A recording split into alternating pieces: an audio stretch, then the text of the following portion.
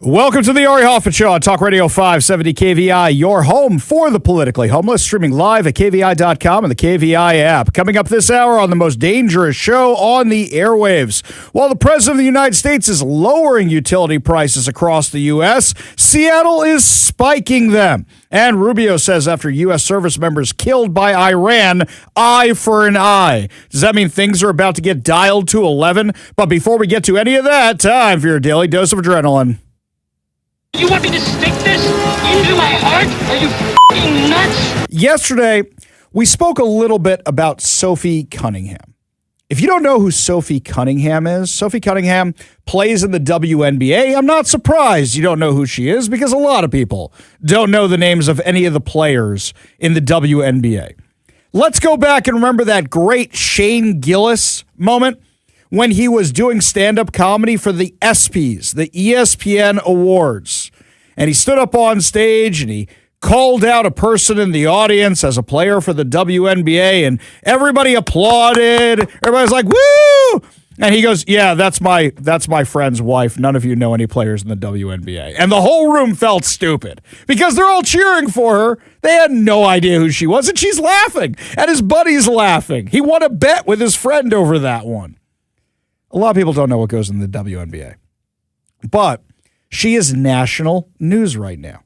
And she is national news for standing up for women's sports at a time where we here in Washington need it most. It kind of feels like, for those of us in political circles, that all the emphasis is being put on repealing the income tax right now. As well it should be. There's a lot of emphasis that needs to go into repealing the income tax because we know what it'll do to the economy. And if we lose jobs, if we lose money, if more people move out, that's it. That's the ball game. We know how this ends. We know it's an important fight. But that's one of 3 initiatives on the ballot this November. The first one is, of course, the income tax. IP 26645. Stop the income tax. Repeal the income tax, as Washingtonians have done at least 10 times before now. They have voted 10 times, if not 11. One is questionable. 10 times, if not 11, to stop the income tax, to stop an income tax. Washington businesses have been able to thrive here. People have been able to thrive here. You know who benefits off that? Nonprofits, even the Democrat ones. Because then all these people who are on the left who make all this money can give money to the nonprofits or whatever else they want, like political campaigns. May not be very helpful for what we're doing here politically, but you know what? They're going to see a major hit if all that money goes away. What, you think they're going to continue contributing to governors' campaigns and to mayoral races and legislative candidates? If those jobs are gone, no, they're going to go contribute to them in another state. There are 2 other initiatives that it just feels like, from the pulse of Washington, are getting left behind in the conversation. The first one is IL 26001, strengthening communications between parents and schools so a school cannot hide what is going on with your kid. So the school isn't calling your son a girl's name without you knowing about it, or an animal's name without you knowing about it. So that way they're not hiding on what's going on with your kid's grades.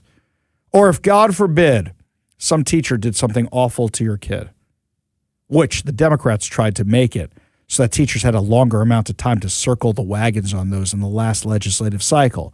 Luckily, we were able to shut that down. That's one of the other initiatives. The third one is, of course, IL 26638. Which is protecting fairness in girls' sports, which would stop boys from competing in girls' sports. Stop letting boys in girls' locker rooms.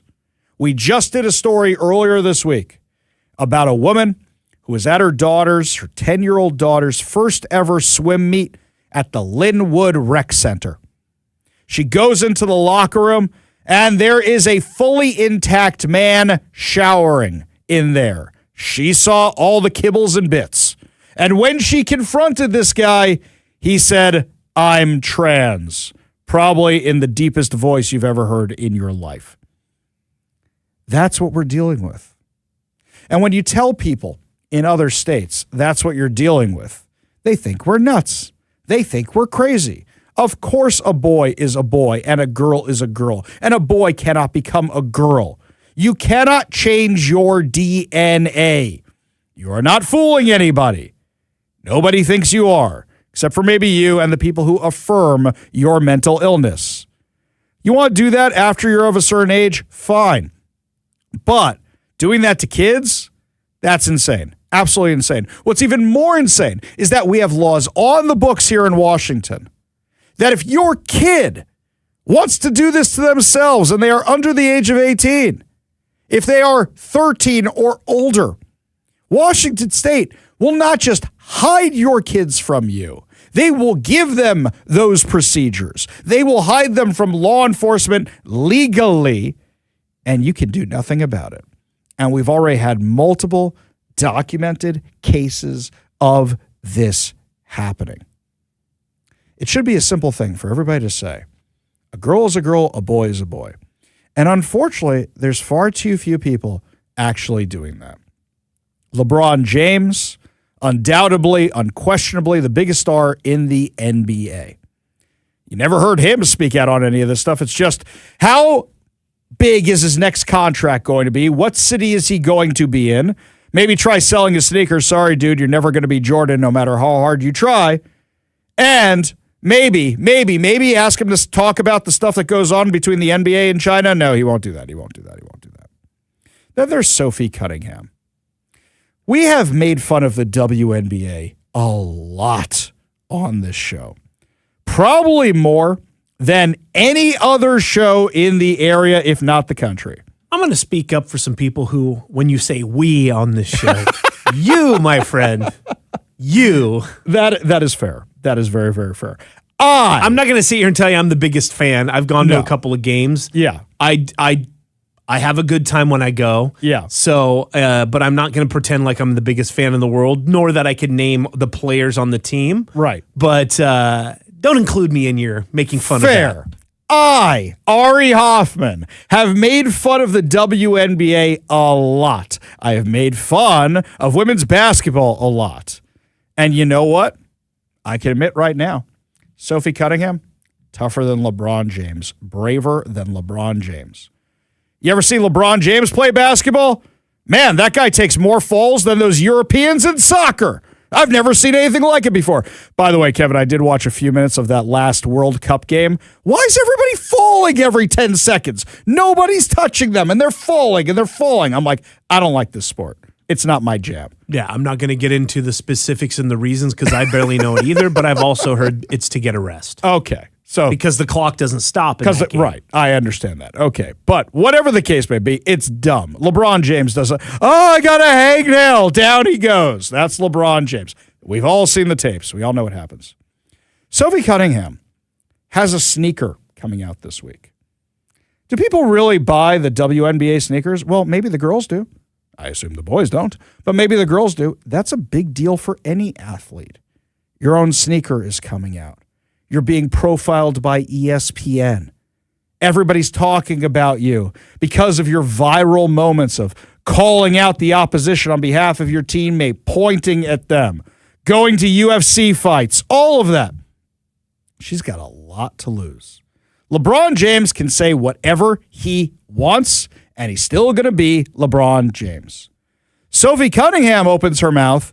She's got a sneaker coming out by Adidas.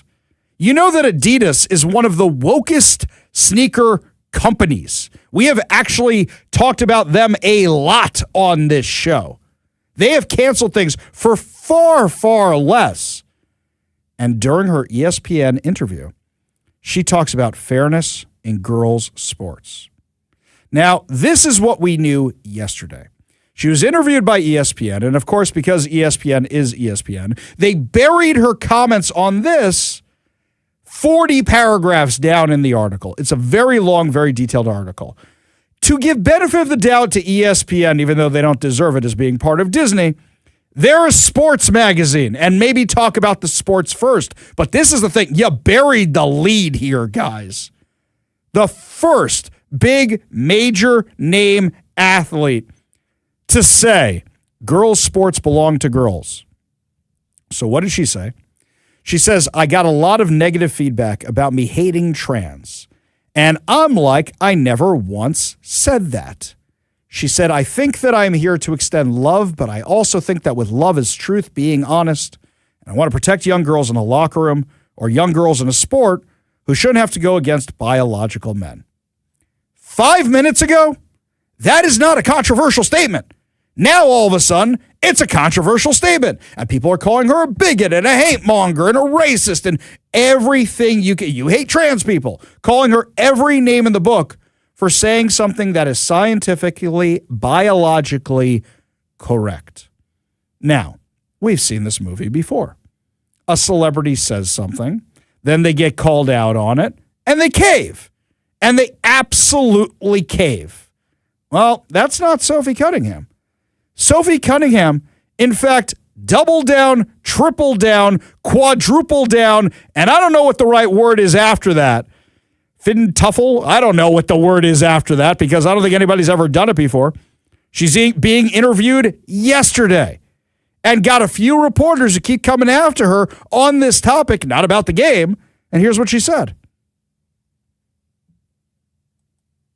On that same vein, in that story with ESPN, you talked about wanting to protect young girls who shouldn't have to go against biological men. Just can you expand your viewpoint on that? I mean, I think I said what I said. I think it's kind of common sense. And I think I'll always believe in that. I think it's really important to protect children. And that's little girls who are also involved in that category. And so I stand on what I said, and I always believe that. Yeah. Do you see your advocacy on that, like, taking any form going forward? You know, I don't know. I'm not a very political person, but I do have beliefs. I have morals, and I'll always stand on those and be true to who I am. And I think people are going to take it how they want to take it, but I've never even really said anything about that. And so when it comes just to protecting young girls in sport and women in sport, I feel very strongly about that. I think that's why you have Title IX. That's why you have some of the greats in women's sports.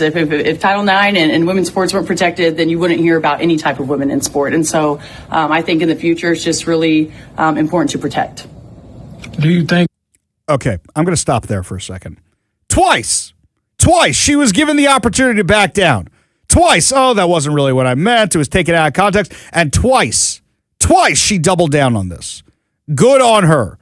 Then here comes this reporter from The Athletic. I guess along the line like that, it goes against perhaps.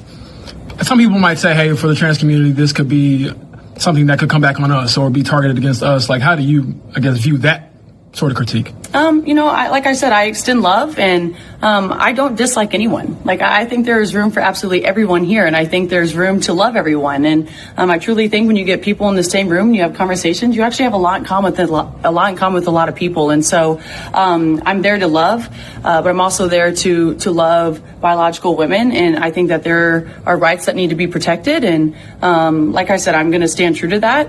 I'll never falter in my beliefs in that, but I have never once said I hated the trans community. Like I said, I think there's space for everyone. Wow.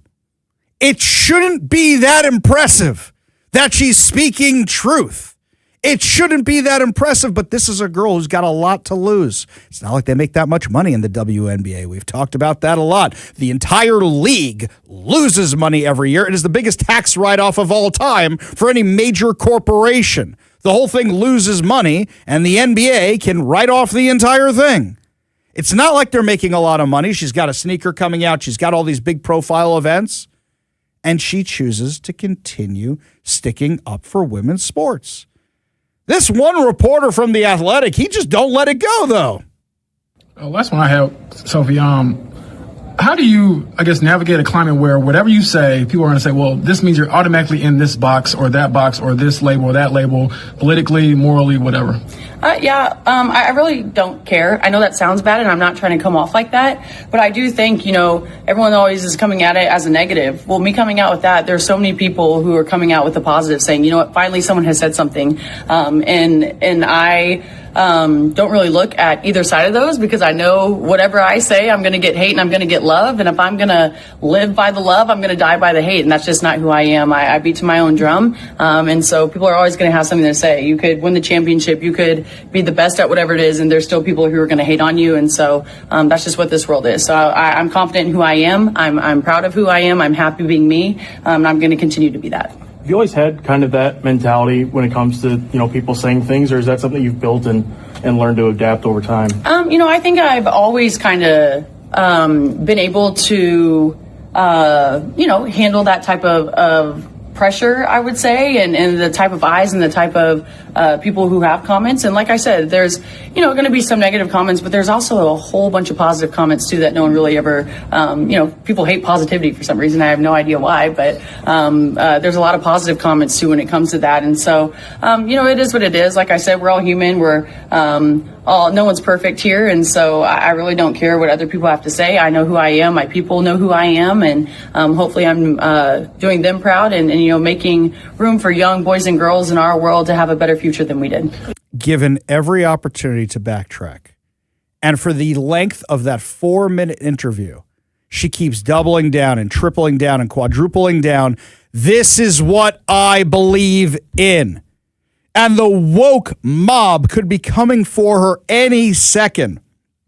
Boycott her sneaker. Boycott her jerseys. Don't go to the games. And she's doing everything right. Literally doing every single thing right. And I consider that an act of bravery in today's climate. I mean, think about the superstars in women's sports we've had around here. Anybody hear Sue Bird talking about this? I'm still amazed that when I go to sporting events around here and Sue Bird's image pops up on the screen, the whole audience goes nuts. And then I realize, well, I am at the Kraken game on women's night. So, okay, whatever. But why? Where's she during all this? Instead, you've got Megan Rapinoe. When she was asked similar questions, here's what she said. Let's just pull back a little. At first it was well, nobody likes women's sports and nobody wants to watch it. Or there was, abuse happening and nobody seemed to care. Now all of a sudden we're going to use a vulnerable group of people in the trans community to be oh, well, we're just protecting women's sports and we care so much about it. When the Heritage Foundation is now going to go after Title IX. So is it about reproductive rights or is it about just women's rights in general? We're seeing the rollback of Roe v. Wade. Marriage equality, I feel is getting put back on the table. That was settled law. And so all of these things, yes, they're going after trans people in sports and they're using this as a wedge issue because we love sports and, we don't want our little girls to be unsafe in sports. And it's unsafe from who? But okay.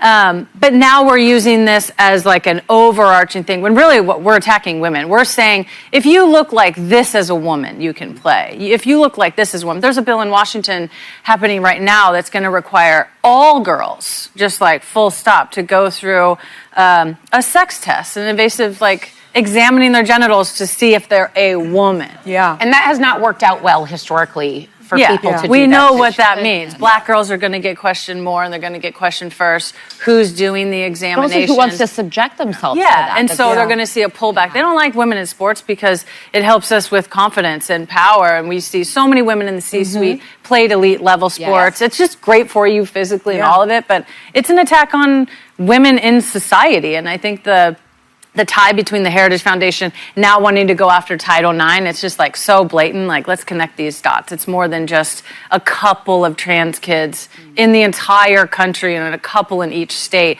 being able to participate in some youth sports. What a contrast. She's advocating for men in women's sports.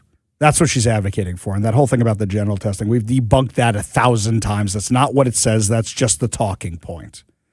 So Sophie Cunningham says all the right things. Megan Rapinoe, whose U.S. women's soccer team lost 5-2 to a team of 15-year-old boys in Dallas, doesn't stick up for women's sports. But Sophie Cunningham does. I think this is an act of bravery. I think Sophie Cunningham has just shown how tough she is. And I got to tell you, she's leading by example. And there's so many people how when years from now they realize how crazy all this stupidity was, will say, yeah, I agreed with that.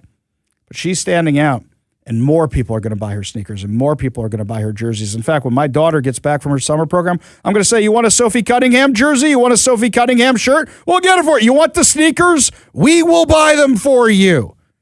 Because that's a role model for my kids I can get behind in a world where we have far too many celebrities that are the complete opposite of role models. But I ask you the hard question. Is it that she's tough because nobody else is doing it? Is it that she's tough because she's using common sense? Or do you think it's just, yeah, that's the bare minimum you should be doing? It's unfortunate nobody else is doing it. Me personally, with all that girl has to lose on the line, I'm pretty impressed. I am very, very impressed. And I'm wondering where are all the male basketball players saying the same thing. I'm wondering where's everybody else in the WNBA sticking up for women's sports or women's soccer or any of these other sports. You don't hear anything out of anybody. Where are all the celebrities saying stuff? Me personally, in this culture, in this environment, I think that's brave. If you think it's the bare minimum, or you want to agree, give us a call or a text at 206-421-5757. That's 206-421-5757. If you're having troubles getting through on the phone line, give us a call on the backup number, 206-644-6006. That's 206-644-6006. Speaking of common sense, here in Seattle, apparently they don't have any at all whatsoever in any way, shape, or form. While President Trump is lowering utility prices across the country, Seattle says, nah, we're going to double them for you. Tell you how much your utility rates are going to go up when we come back. You're listening to The Ari Hoffman Show. Give me a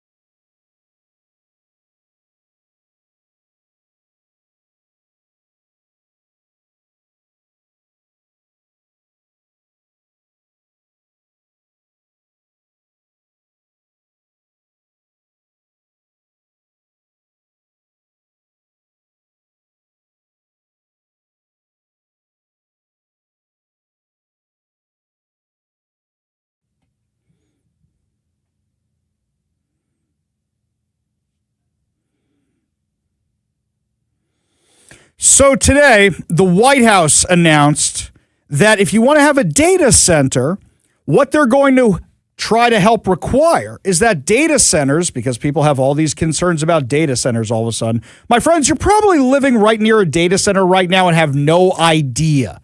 You probably have no idea that a bunch of the warehouses you drive past and other things are actually data centers. Yet now all of a sudden they're big and scary. What do you think is holding all your Facebook pictures? What do you think is holding all your tweets? What do you think is holding all your emails? Massive servers. And they're all over the place. Oh, data centers are bad all of a sudden. It's because China has come up with this psyop to tell everybody how bad these things are because they don't want America competing in the AI race. They want to own it. Look what they did with TikTok. Look what they did with TikTok. They got all our kids addicted to the social media platform. In China, TikTok does educational content. In the US, it's here's how you change from a boy to become a girl. That's really what it is. It is crazy. Absolutely crazy. So the new thing, data centers, bad. Are there some concerns that need to be addressed? Absolutely. Do they use a lot of power? Well, yeah, it's all electronics. So how do we deal with that? Maybe you say if you want to build a data center, you got to spend this much on electrical infrastructure. You got to spend this much on power generation. And guess what? If you have more power generation and the infrastructure is being paid for, it's cheaper for everybody else on the same network. It's really common sense. So, what is this plan that the president has proposed? Here's President Trump. President Trump will participate in a historic... Sorry. That's Caroline Leavitt speaking for President Trump. Ratepayer Protection Pledge event at the EPA headquarters down the street. The president will expand the Ratepayer Protection Pledge to governors, state legislatures, developers, and power providers to ensure that everyone involved in building and powering data centers pays their own way, instead of passing those costs on to hardworking families. The president will be joined by Energy Secretary Chris Wright, EPA Administrator Lee Zeldin, and several governors who have already signed on to this pledge. And it has already proven to be remarkably successful. Nearly 200 additional stakeholders have signed on since it was first announced, including utilities, data center developers, public power authorities, co-ops, and state governors. As a result, the pledge now covers 80% of all the power delivered to American homes and businesses. President Trump's bold leadership is turning data centers from a source of concern into engines of growth and opportunity for communities across this country, all while cementing America's dominance over China in the global AI race. The president is ensuring the American people are never left footing the bill so private companies can benefit. Instead, President Trump is leveraging the data center boom to deliver real, tangible benefits for working families and small businesses. Now, this is brilliant because basically what you're saying is, okay, let's take your concerns and let's fix them. Let's address them. Let's find a way to make it work. And if we can find a way to make it work, it'll be better for everybody. Because Trump knows what a threat China is. Trump knows the AI race is going on right now. People in his administration know it, and they know the U.S. cannot lose it. We can't lose it. So this is how you deal with people's concerns about the data centers, especially the crazy ones that are being promoted by China so that the lefties do the job for them and get people so riled up about the data centers that places say no to it. Who said no to data centers? Oh, right, Seattle. Seattle did a 1-year moratorium. The Seattle City Council did a 1-year moratorium on data centers while they study the issue. Instead, it should have been, okay, you have concerns about power. How do we address that? Let's try and figure it out. Hey, company, you want to build a data center? Why don't you come in and upgrade the infrastructure here, and we'll talk about it. And that way, we don't have to charge all these customers for Seattle City Light for upgrading all this infrastructure. If you do that, you can have your data center. Wow, wouldn't that have been brilliant? No, they just slap a moratorium on it instead. Slap a 1-year moratorium on it instead. You think Bob Ferguson's going to opt into this? He still hasn't opted into the thing that can get you money for your kid to go to private school, so I doubt he's going to opt into this because Trump did it. Not going to do it at all. In fact, it's worse than that. The Seattle City Council approved a 9.5% Seattle City Light rate hike and also put a transit tax on the November ballot. Oh, by the way, this is 2 years of 9.5% increases. So what that means is over the next 2 years, your utility bills are going up 20% while they scream and yell and cry about affordability. While they yell about affordability, they are spiking your utility costs. And it could have been paid for by a data center. But instead, no, let's get it out of John Q. Public. Let's rip it out of them. The next time Bob Ferguson or Katie Wilson or anybody else says the Trump administration is making everything so expensive for everybody, you say, my gas went up because of your Climate Commitment Act. My utilities went up because of your Climate Commitment Act. And now the city of Seattle just approved a 20% rate increase for Seattle City Light. Because instead of talking to these data centers and say, hey, we're losing all these big corporations, let's bring in the data centers. Let's do that. Let's figure out how to deal with the power issues. Maybe they can pay for it, like Amazon paid to redo most of South Lake Union. Instead, it's just no. Just no. The next time they talk about affordability, throw this vote right back in their face. A 20% utility rate increase over the next 2 years. I don't want to hear them talking about struggling seniors or anybody else after that. Up next, my friends, Marco Rubio says after 4 U.S. service members were killed by Iran, it's an eye for an eye, and that's President Trump's policies. What does that actually mean? What does that mean for your gas prices? Give you all the details when we come back. You're listening to The Ari Hoffman Show on Talk Radio 570 KVI.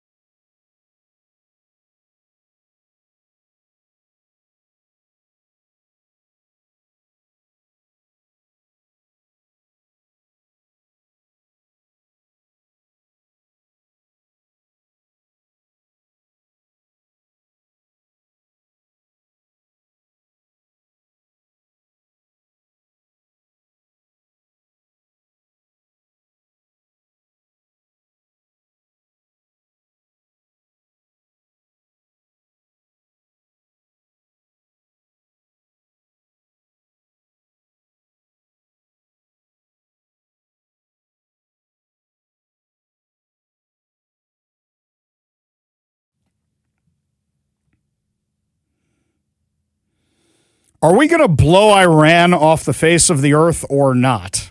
Some people are saying, hey, it's time to cut bait and get out of there. Some people are saying finish the job. People are saying proportionate response. But I ask you, as always, what's the virtue of a proportionate response? What we're doing right now seems to be proportionate response, and that hasn't worked for us for our entire history.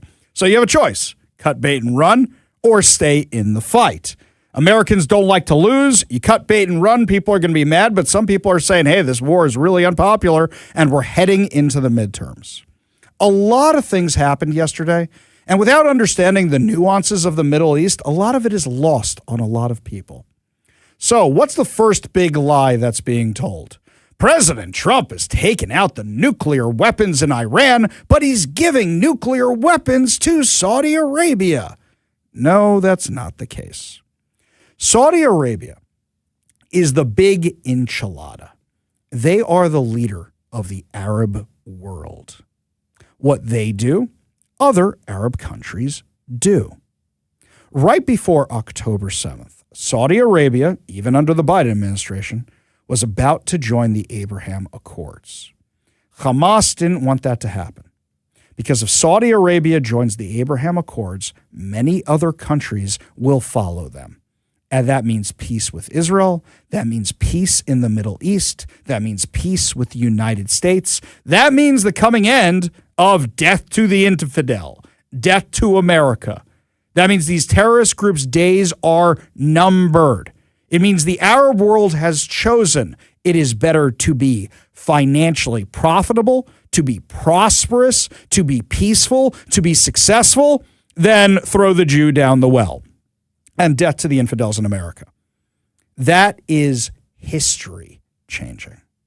Well, according to Hamas's own documents, according to Hamas itself, they launched the October 7th attack because Iran was worried about Saudi Arabia entering the Abraham Accords. And if they could show that Israel wasn't as strong as it was and put some doubt into Saudi Arabia, you could delay that from happening.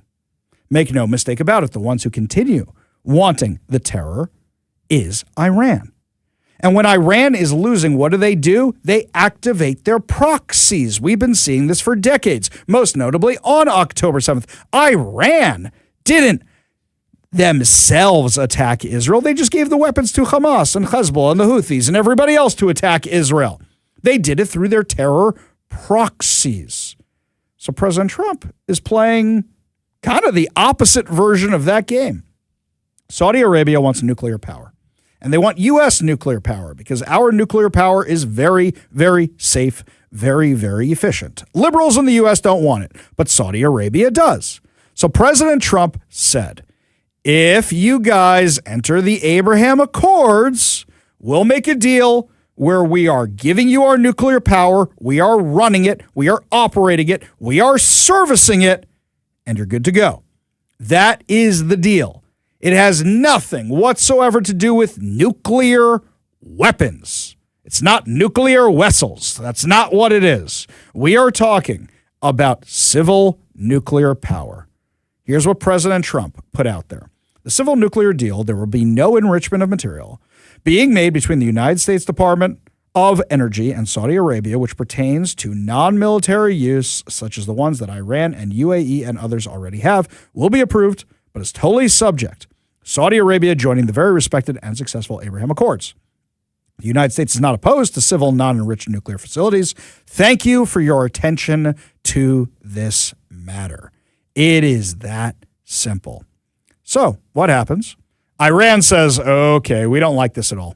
Because if Saudi Arabia goes into the Abraham Accords, we don't like that because all the other Arab countries will follow them. This is bad news. We can't do this. We can't do this. We can't do this. So instead, here's what we're going to do. Hey, where's Hamas? Oh, they're not looking too good right now. Okay, where's Hezbollah? Oh, those pagers really blew off parts of their anatomy. Those guys can't even walk around anymore. All right, who do we got left? Aha! Houthis, you've been quiet for a while now. Go attack some shipping. Go launch some missiles at some Arab countries. Go attack Saudi Arabia. That's literally suicidal. That's kamikaze. That's suicide bomber mentality. That's terrorist for you. So what happens? The Houthis have like 5 rockets left, and they start launching rockets. And so President Trump wrote, a year ago, the United States of America attacked very powerfully the Houthis for their interference with commerce and trade by shooting at ships. Since that time, and during our conflict with Iran, they have acted very responsibly. Unfortunately, now they are starting up again, shooting at 2 Saudi Arabian ships last night.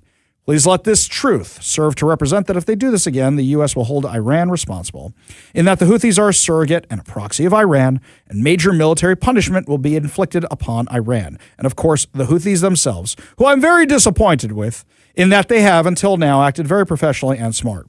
Thank you for your attention to this matter, which is, don't you dare do anything or we will blow you off the face of the earth.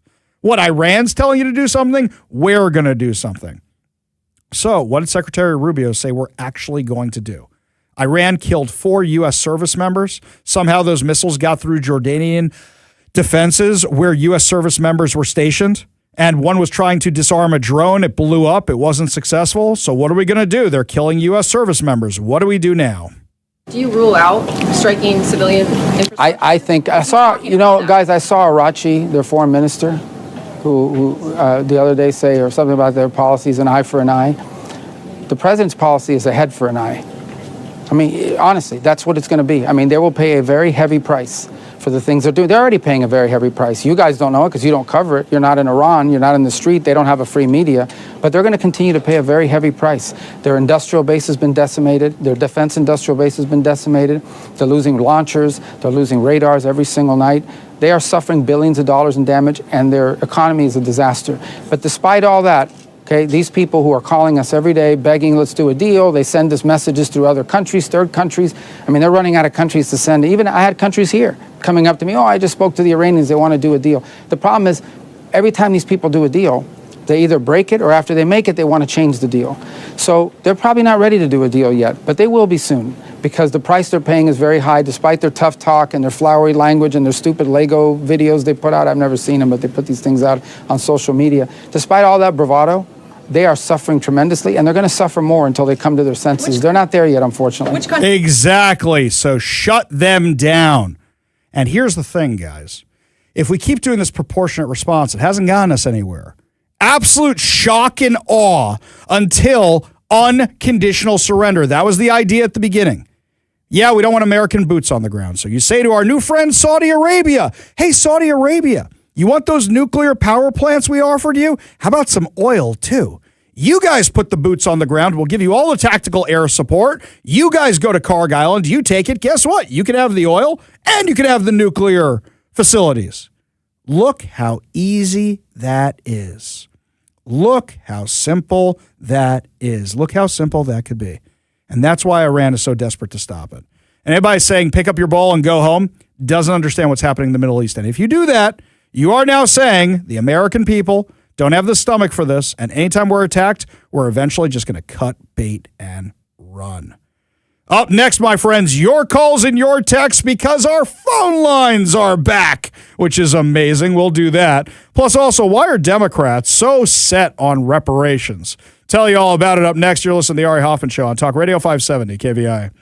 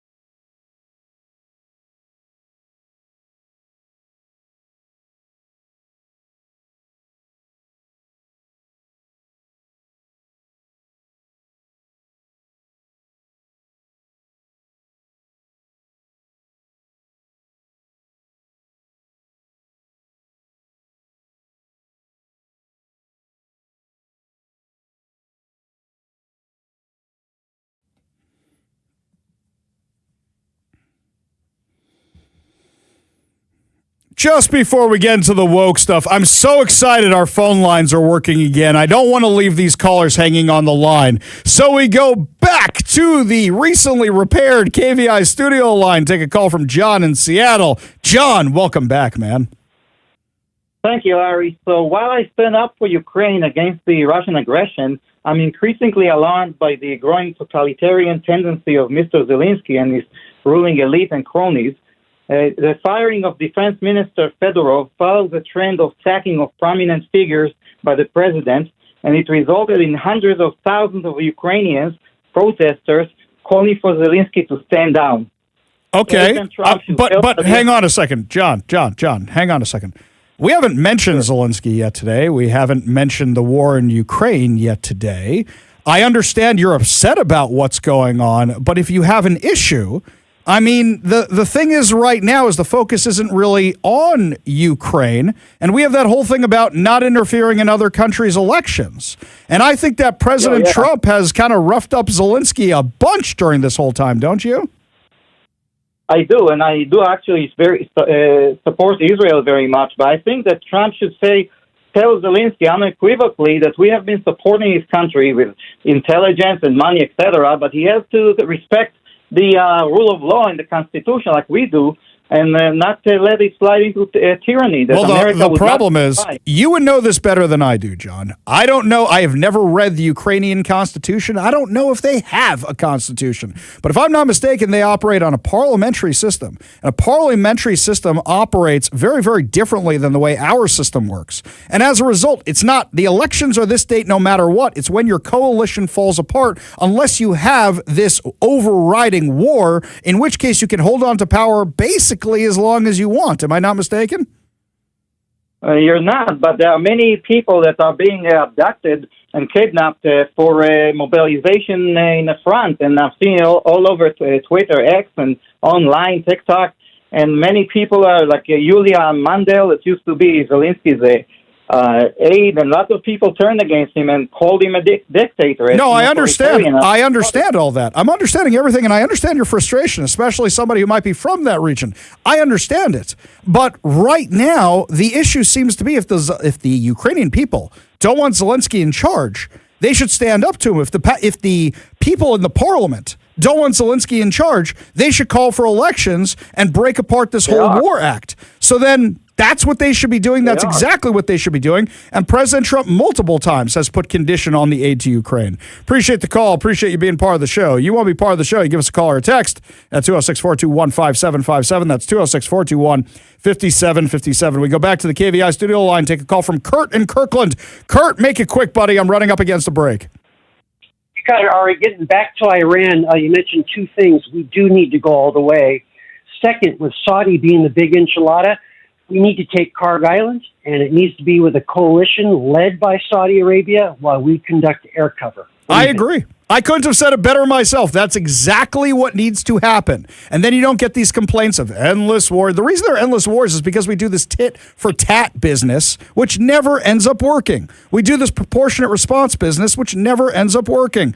Kurt, couldn't have said it better myself. Appreciate the call. Appreciate you being part of the show. You want to be part of the show, you give us a call or text at 206-421-5757. That's 206-421-5757. I love Dave's text here. He even sent me a GIF with it. It's Robert Downey Jr. from the first Iron Man. Why not? The weapon you only have to fire once. The Jericho missile. Let's just drop that on Iran. Okay. Got a little bit of time left for the reparations discussion, but here's the basic thing here, guys. Why are the Democrats pushing this so hard? They are pushing this so hard because it's a payoff. It's a payoff to minority groups. It's a payoff to special interest groups. And that way, they hope they will vote for them in the future. My favorite part about this whole thing is who is pushing this so hard? Sonny Hostin. Sonny Hostin from The View, one of the big proponents of this, right? And so what this is about is money, Joy. Yeah. This is not about anything else. It's about this country trying to avoid paying African Americans our due. Well, and also, So, okay. She says that. Fine. You know that she's the one who found out that she's a descendant of slave owners? Sonny Hostin is a descendant of slave owners. There was actually one of those, what do you know about your background shows? So is she going to pay herself? I love this stuff. It's so entertaining. Lots more to discuss as the show continues, my friends, including D-list celebrities are now shilling for the income tax. Tell you all about it when we come back. You're listening to the Ari Hoffman Show on Talk Radio 570 KVI.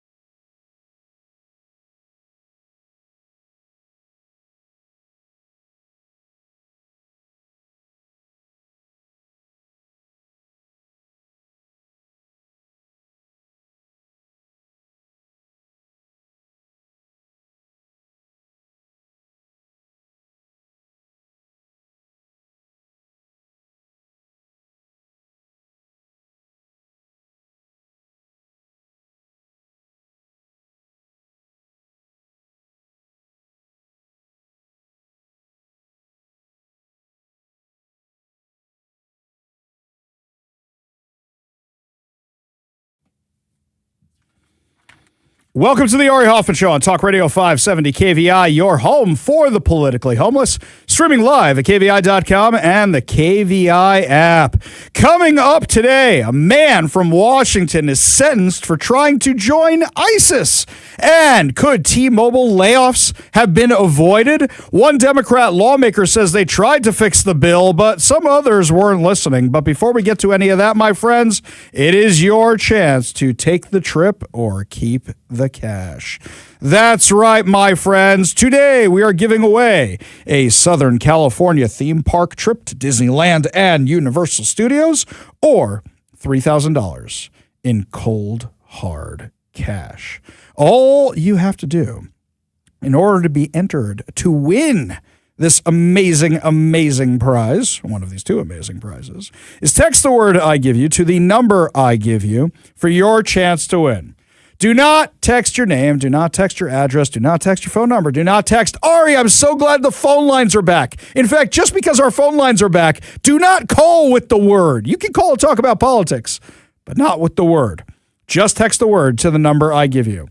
Today's word is coast, as in the West Coast, as in the left coast, as in Southern California, part of the West Coast.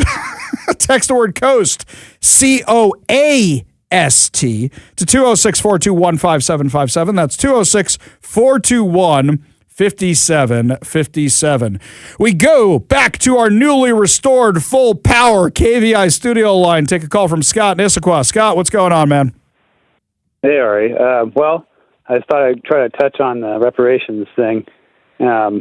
I want to kind of put in perspective, I don't think people think about how much the national debt really is. It's $45 trillion. If you ask AI, total asset value of all American companies combined is about $45 trillion, and about all of American savings is maybe about $100 trillion, and then maybe the billionaires have about another $30 trillion in investments. So, I mean, to borrow another $51 trillion to give 50 million black Americans $1 million or maybe even $2 million a piece, I mean, you're talking double inflation, 100%. You'll see $10 a gallon gas. You'll see, and these people were never slaves.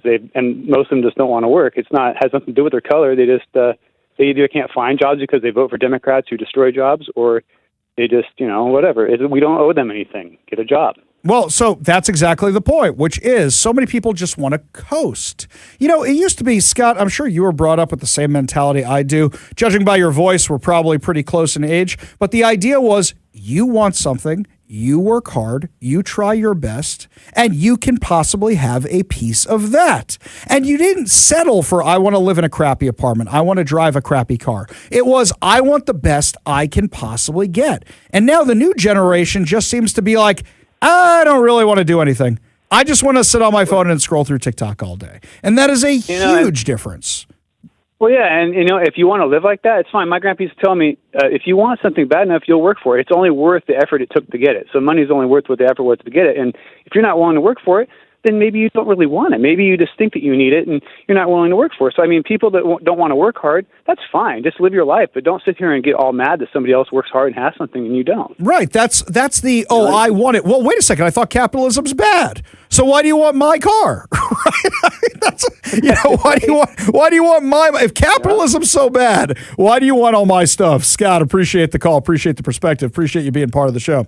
You want to be part of the show, you give us a call or a text at 206-421-5757. That's 206-421-5757. Well, my friends, I'm going to tell you something. Seattleites are going to freak out over something. It's not COVID. It's not murder hornets. It's none of that. It's the scariest thing you can possibly think of. No Meat Factory USA in Stanwood, Washington might be closing. Oh, no. The vegetarian burgers. No, we can't have the vegetarian burgers. Can't have the Beyond Beef anymore. We might not be. Oh, my God. Actually, the truth is, it's a very sad thing that people are losing their jobs. 123 people are getting laid off from the No Meat Factory USA, Inc. If we did the Ron Swanson approach here, it would be, yeah, good. Let it go. Let it go. People have jobs. I know we want to say that, but there are people who eat that stuff. Now, mind you, I'm thinking to myself, are they being laid off because people are moving out of the area? Are they being laid off because the people who are the crunchy veggie types are going bye-bye?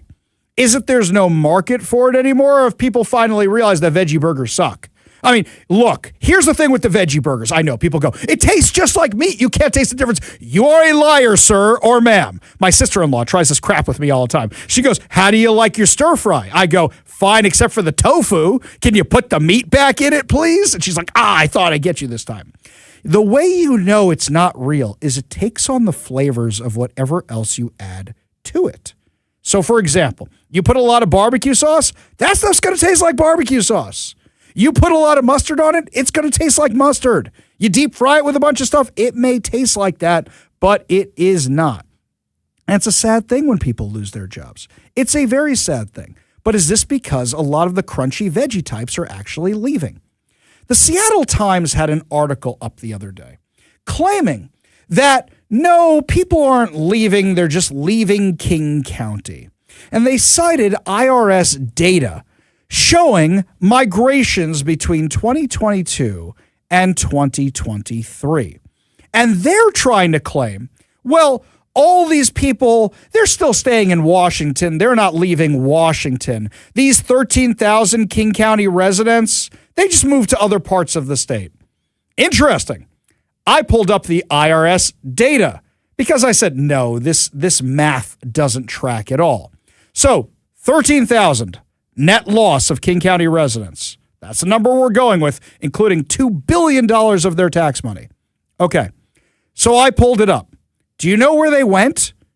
California, 12,090 people. Texas, 5,679 people. Arizona, 3,300 people. Oregon, 2,900 people. Florida, 2,600 people. New York, 2,400 people. Colorado, 1,600 people. Illinois, 1,300 people. Idaho, 1,200 people. Nevada, 1,200 people.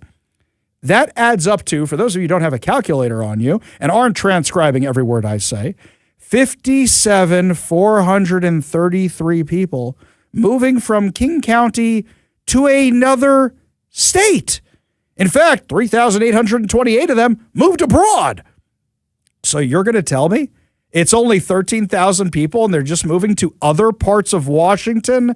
I don't think so. I don't believe you because I can read the numbers. So this claim, most people leaving King County stayed in Washington, completely false.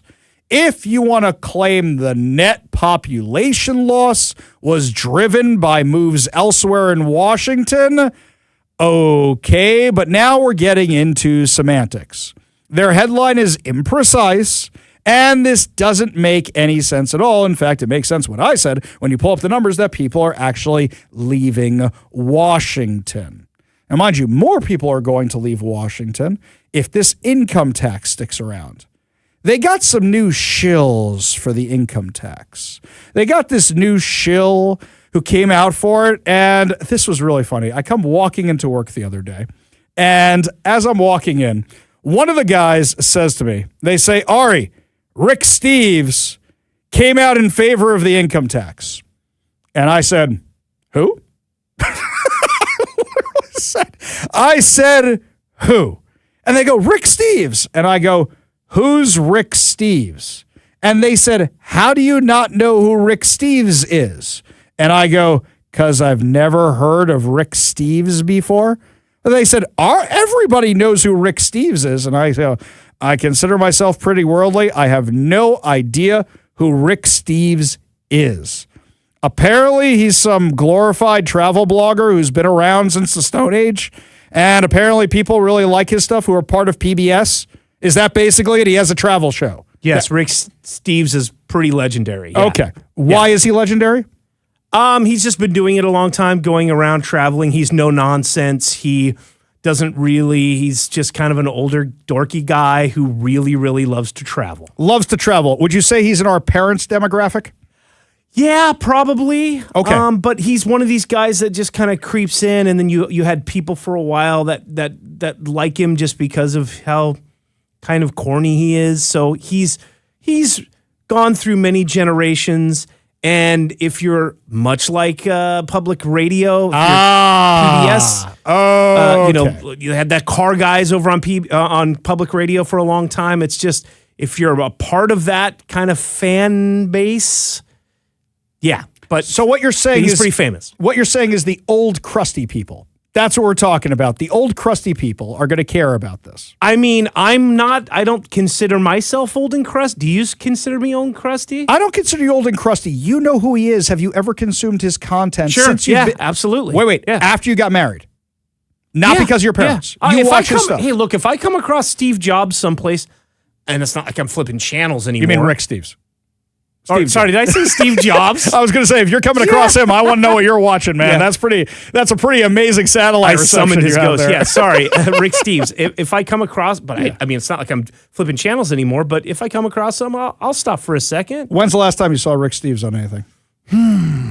I don't know. It's been a minute. It's been a minute because you don't flip channels anymore. No. Okay. And it's not like I'm going to PBS.com and looking for old things. Rick I'm just Steves saying stuff. Yeah. Okay. I'm just saying he's pretty well known. Okay.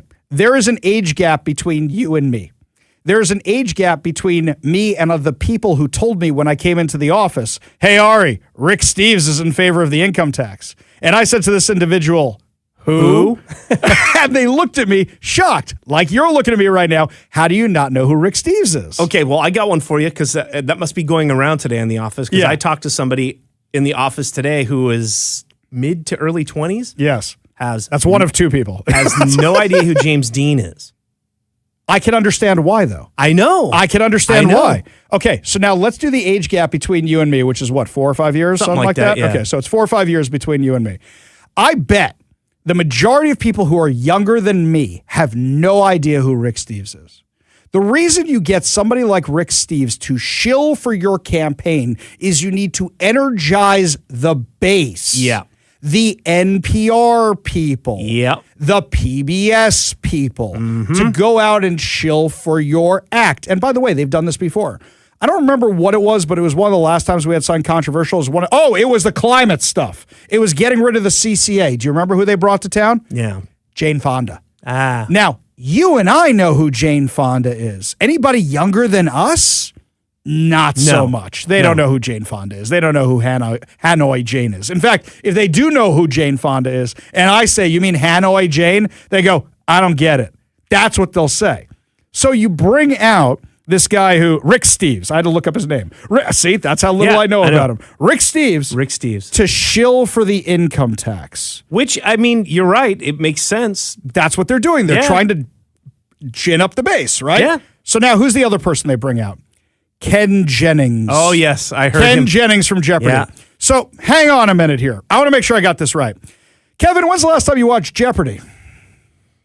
I'm not a Jeopardy guy. Sometimes if it's on in a bar or something, I'll play along for a second. Sure. My wife likes it better than I do. So sometimes if she's watching it or if her mom is staying with us. Yes. So I kind of just don't have any patience for it. The way my wife says it, she goes, oh, sure, Jeopardy. I used to watch it with my grandparents all the time. I love that show. Her grandparents have been dead. Her grandfather, who died after her grandmother, has been dead for, I think, 15 years now.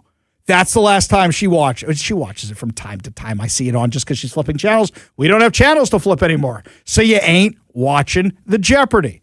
You bring out the Ken Jennings, who I forgot was even the host of Jeopardy. What happened to Mayim Bialik? Is she out? It's just Ken Jennings now? I think it's just Ken Jennings. And here's the other thing. Again, along with your theory, Ken Jennings is a darling of public radio. Right. In fact, Ken Jennings, if I recall correctly, this was a guy who was in favor of the autonomous zone. Probably. This was a guy who was all on board with all that craziness. So why are they bringing out the Ken Jennings? Because they need to motivate the base. Now, a lot of people look at this and they go, Ari, oh my God, they brought out, Randy Savage, or what's this guy's name? Rick Steves. Rick Steve Jobs. Rick Steve Jobs Savage. Yeah. Macho Man Rick Steve Jobs. Whatever Savage. this dude's name is, okay? Randy Rick Steves Jobs. Whatever it is. They bring out this guy, Rick Steves, who I never heard of before in my life, and they bring out Ken Jennings, who the only thing I know about the guy was he was that Jeopardy guy who I didn't have a problem with until all of a sudden he starts talking about the autonomous zone. Now I'm like, you're dead to me. Because they're worried about the base. They need to motivate the base. Because it's all about that base. Why? Because they got to bring them out because even they like holding on to their money. And even they realize that this income tax is coming for everybody. Literally everybody. And what happens is they always say, oh, we're talking about affordability. We're talking about affordability. Give me a break. That's not what it is about at all. In fact, the President of the United States was calling this out the other day. Because what are they saying? Oh, if you cut the income tax, then, we have to pay for the diapers and the K through 12 education. Oh, yeah. How are you paying for K through 12 education until now? How are you doing that? Here's what the president had to say on this. We can't be hoodwinked. We can't be taken advantage of by people that say you're going to have a free home, you're going to get free rent, everything's going to be free. What they don't say is a year later, everything is going to end up in squalor, destruction, and death. And also death for our country. So we have to stop the threat of the communist rhetoric that you're hearing right now, because these people, they don't act. I'm very happy a poll came out. It said they're highly educated, but doing very poorly. In other words, they're losers. They went to school, they got a good education, now they don't know what they're doing. So what they do is they complain about people like yourselves that have done so well. But we can't let the communist ideology we don't want to even think about it for this country. Do you know why they're saying free stuff? Because of this report. More than 105 million Americans are now officially outside the workforce, marking the highest number ever recorded and surpassing levels seen during both COVID-19 and the Great Recession. Now, this isn't that they're unemployed. They are unemployed. But they are outside the workforce because when you factor in the unemployed people, when you factor in all the other things, you have a ton of people that can't get jobs because they're not qualified to do anything. Not qualified to do anything. Leading labor economist Nicholas Epstedt of the American Enterprise Institute described the trend as a flight from work, particularly among prime working age men. He says we've got a big problem with the flight from work of prime age men. What's been carrying the overall prime age labor force participation has been strong involvement of women, not men. A lot of people are just leaving the workforce, choosing to leave the workforce. 5.3 million Americans are classified as discouraged workers who have stopped looking for employment altogether. Sounds like a lot of the people we're talking about. More than 23 million people outside the workforce receive long-term disability, illness, or similar benefits, while retirees remain the single largest group, accounting for nearly half of Americans not participating in the labor market. So what they're saying is we're going to give you free stuff. Everybody wants free stuff, right? Caroline Levitt was calling this out. So good to have her back, by the way. Democrats throw around the word affordability a lot, but when they had the chance to vote for the largest middle-class tax cuts in history, they refused. If Democrats got their way, it would have meant the largest tax increase in history, $4 trillion. 90% of Americans would have seen their taxes go up, and it would have been a complete disaster for our economy. That's the Democrat solution to, quote, affordability. It is raising your taxes. Exactly right. They talk about affordability. Oh my God, we can't afford anything. Let's quickly increase the utility bills, like we spoke about earlier in the show. Oh, we can't afford anything. Let's put a tax on gas. Oh, we can't afford it. Let's put a tax on income. That's their solution to affordability. It's just a buzzword. They don't actually mean it. Not at all. When we come back, my friends, it looks like a lot of you want to make fun of me about the Rick Steves thing, or make fun of Rick Steves, which is even more entertaining. We'll have those texts for you. Plus, also, a Washington man was sentenced for trying to join ISIS. Tell you all about it when we come back. You're listening to The Ari Hoffman Show on Talk Radio 570 KVI.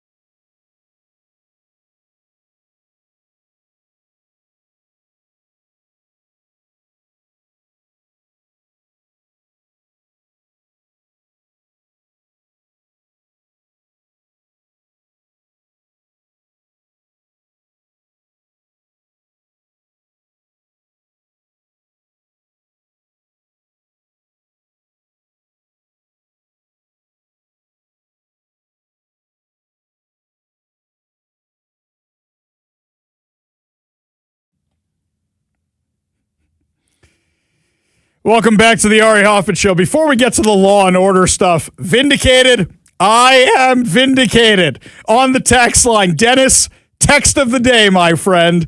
He said, I never heard of Rick Steve, and I'm 63. Plus, he also wrote Rick Steves with an apostrophe. See? I don't know. I couldn't pick this dude out of a crowd. Couldn't even do it. They put up his picture on the Como article about the income tax, and I'm like, I have no clue. Ken Jennings, I kind of know who he is, right? Rick Steves, no idea. No idea who he is at all.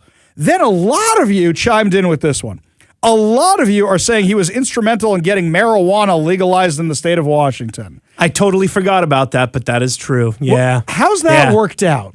How's that worked out? I walk down the streets, the whole place smells like weed. I drive home, it smells like weed. Wherever I live in South Seattle, I know it's going to smell like weed. Wherever you go in Washington, it just smells like weed. It smells like skunks. If you're stuck in traffic, like oftentimes I am on Mercer, and that's 4 lanes. Yes, you're going to get some weed. Yes, like especially if you got your window down or something. But you're going to get weed either from a passerby or another car next to you. So glad they're doing that while they're driving. Really, really happy. You know that, oh yeah, no, it's not an issue. People aren't addicted to it. No, it'll be perfectly fine, right, Rick Steves? Don't worry, we run a PSA about smoking marijuana and driving. I'm sure we're stopping tons of that. I'm sure that we are. I'm sure the person smoking weed in their car is listening to KVI and our PSA about not smoking weed while they're driving. Yes, I am sure that is happening every single day. We go to the KVI studio line.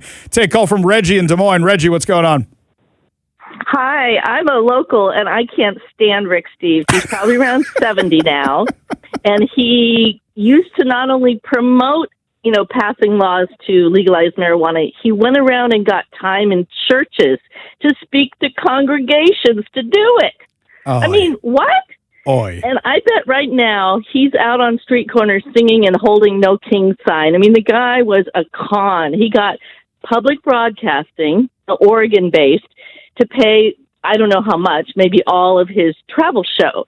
But the travel show that he got free airtime on PBS was really basically to promote his travel company. I think and the travel he promoted, he didn't ever even learn another language, not one. He was kind of, PBS watchers thought that he was like a sophisticated traveler. And as a person who lived and studied abroad in multiple countries on multiple continents, he was a tacky, unknowledgeable guy. And you ought to look up his Iran special. You'll love that, Ari. Wait. He went to Iran to talk about how great the Ayatollahs are or something? Well, I'd like to watch it again now, knowing what I know now. But it was sort of at the point where people were probably, starting to baste and cook in the we hate Jews, philosophy of pro-Palestine, but before October 7th and years before that. But yeah, it was big PBS special he did. And, yes, it's great to go there and talk about the culture before it was taken over, but I don't think he really focused on how it was now. So, Reggie, this was the best summary education on this dude I ever could have gotten, Reggie. That is great. I'll tell you what, I got a text here from Kelly, who's talking about how Rick Steves went in lectures with Bishop Shelley Bryan Wee of the Evangelical Lutheran Church of America, and they appeared in lectures bad-mouthing Christian nationalism, one of the many reasons I quit that church. That sounds like what you're describing here, Reggie, right? Yeah, I mean, he would book time at churches, and like one in Linwood, I can't remember the name of it, not one I went to. And then he would go and talk about, these poor guys have been put in jail for just smoking one joint. No, they weren't. No, they weren't. I mean, he's a delusional lefty who, is very much sort of the white, educated, delusional crowd, and I don't know what he's doing. That's why they're bringing him in. That's why they're bringing him in. I'll tell you what, Reggie, with you on the phone, I'll make this, okay? Anybody out there has a church that wants me to come talk about the income tax? I'm really trying to get another PDC complaint like our friend Brandy did, okay? Bring me in. I will talk against the income tax. I will talk to make sure to save girls' sports. I'll talk about the parental rights thing. You just email me, arikvi.com. I will come talk. I'll come talk to your church. I'll come talk to your synagogue. I'll come talk to your mosque. I'll do the Rick Steves thing, the Rick Flair, the Rick Steves, the Rick whatever. I'll come do that. How does that sound, Reggie? That sounds good. I'm affiliated with 2 different churches, believe it or not. One videotapes stuff and broadcasts it, and one is private and doesn't. Which do you like better? I don't care. I don't discriminate. Okay. I do not discriminate against the ones that do this. We will have fun. Reggie, arikvi.com, okay? arikvi.com.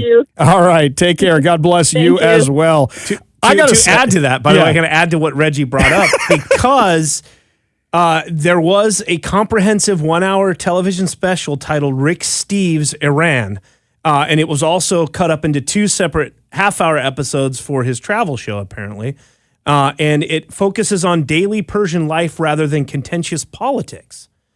Context, the episodes contrast the harsh state-sponsored anti-American propaganda with the genuine hospitality and surprising progressiveness of everyday Iranian citizens. This is according to AI. Okay.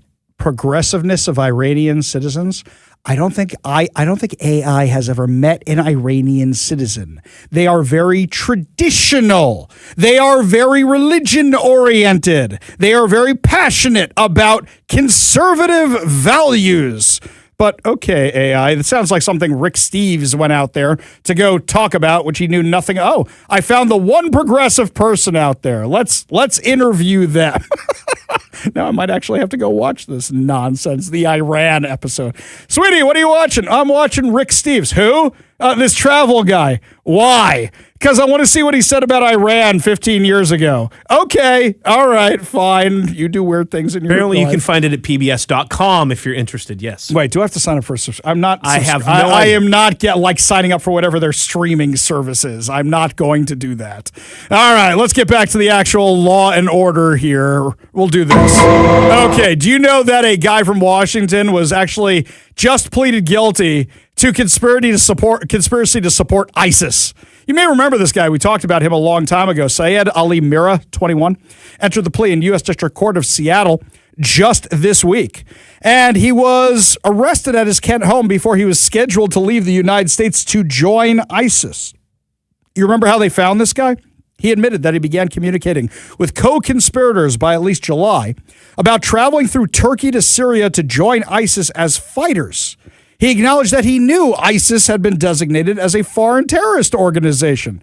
In October of 2025, he purchased a ticket to fly from Seattle to Istanbul on November 16th, where he intended to meet up with other members of the conspiracy. Those plans accelerated after members of the group living in Dearborn, Michigan, were arrested on October 31st over an alleged ISIS-inspired Halloween attack plot. You remember all this? You remember this craziness? Mira and his alleged co-conspirator Thomas Khan Jimenez Guzal moved their flights to November, but the FBI arrested Mira one day before his scheduled departure. Federal authorities previously said he admitted after his arrest he planned to travel to Syria to join ISIS as a fighter. He was originally charged in New Jersey, but his case was transferred earlier this month to the Western District of Washington because that's where he's from.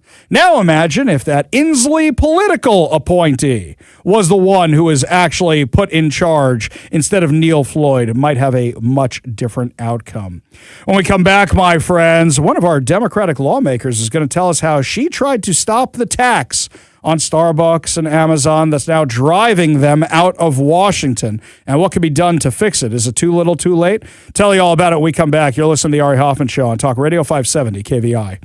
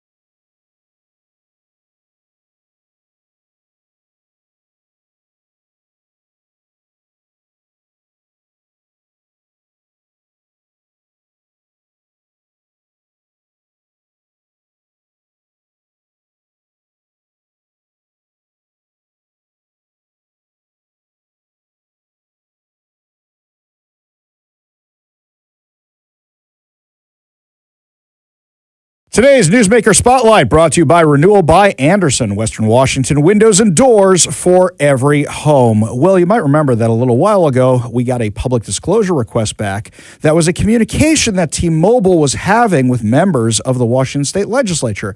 And it was saying, hey, we got a problem with some of these taxes. They're affecting us pretty badly. One Democrat tried to fix it. Seems like some other Democrats were in on the conversation.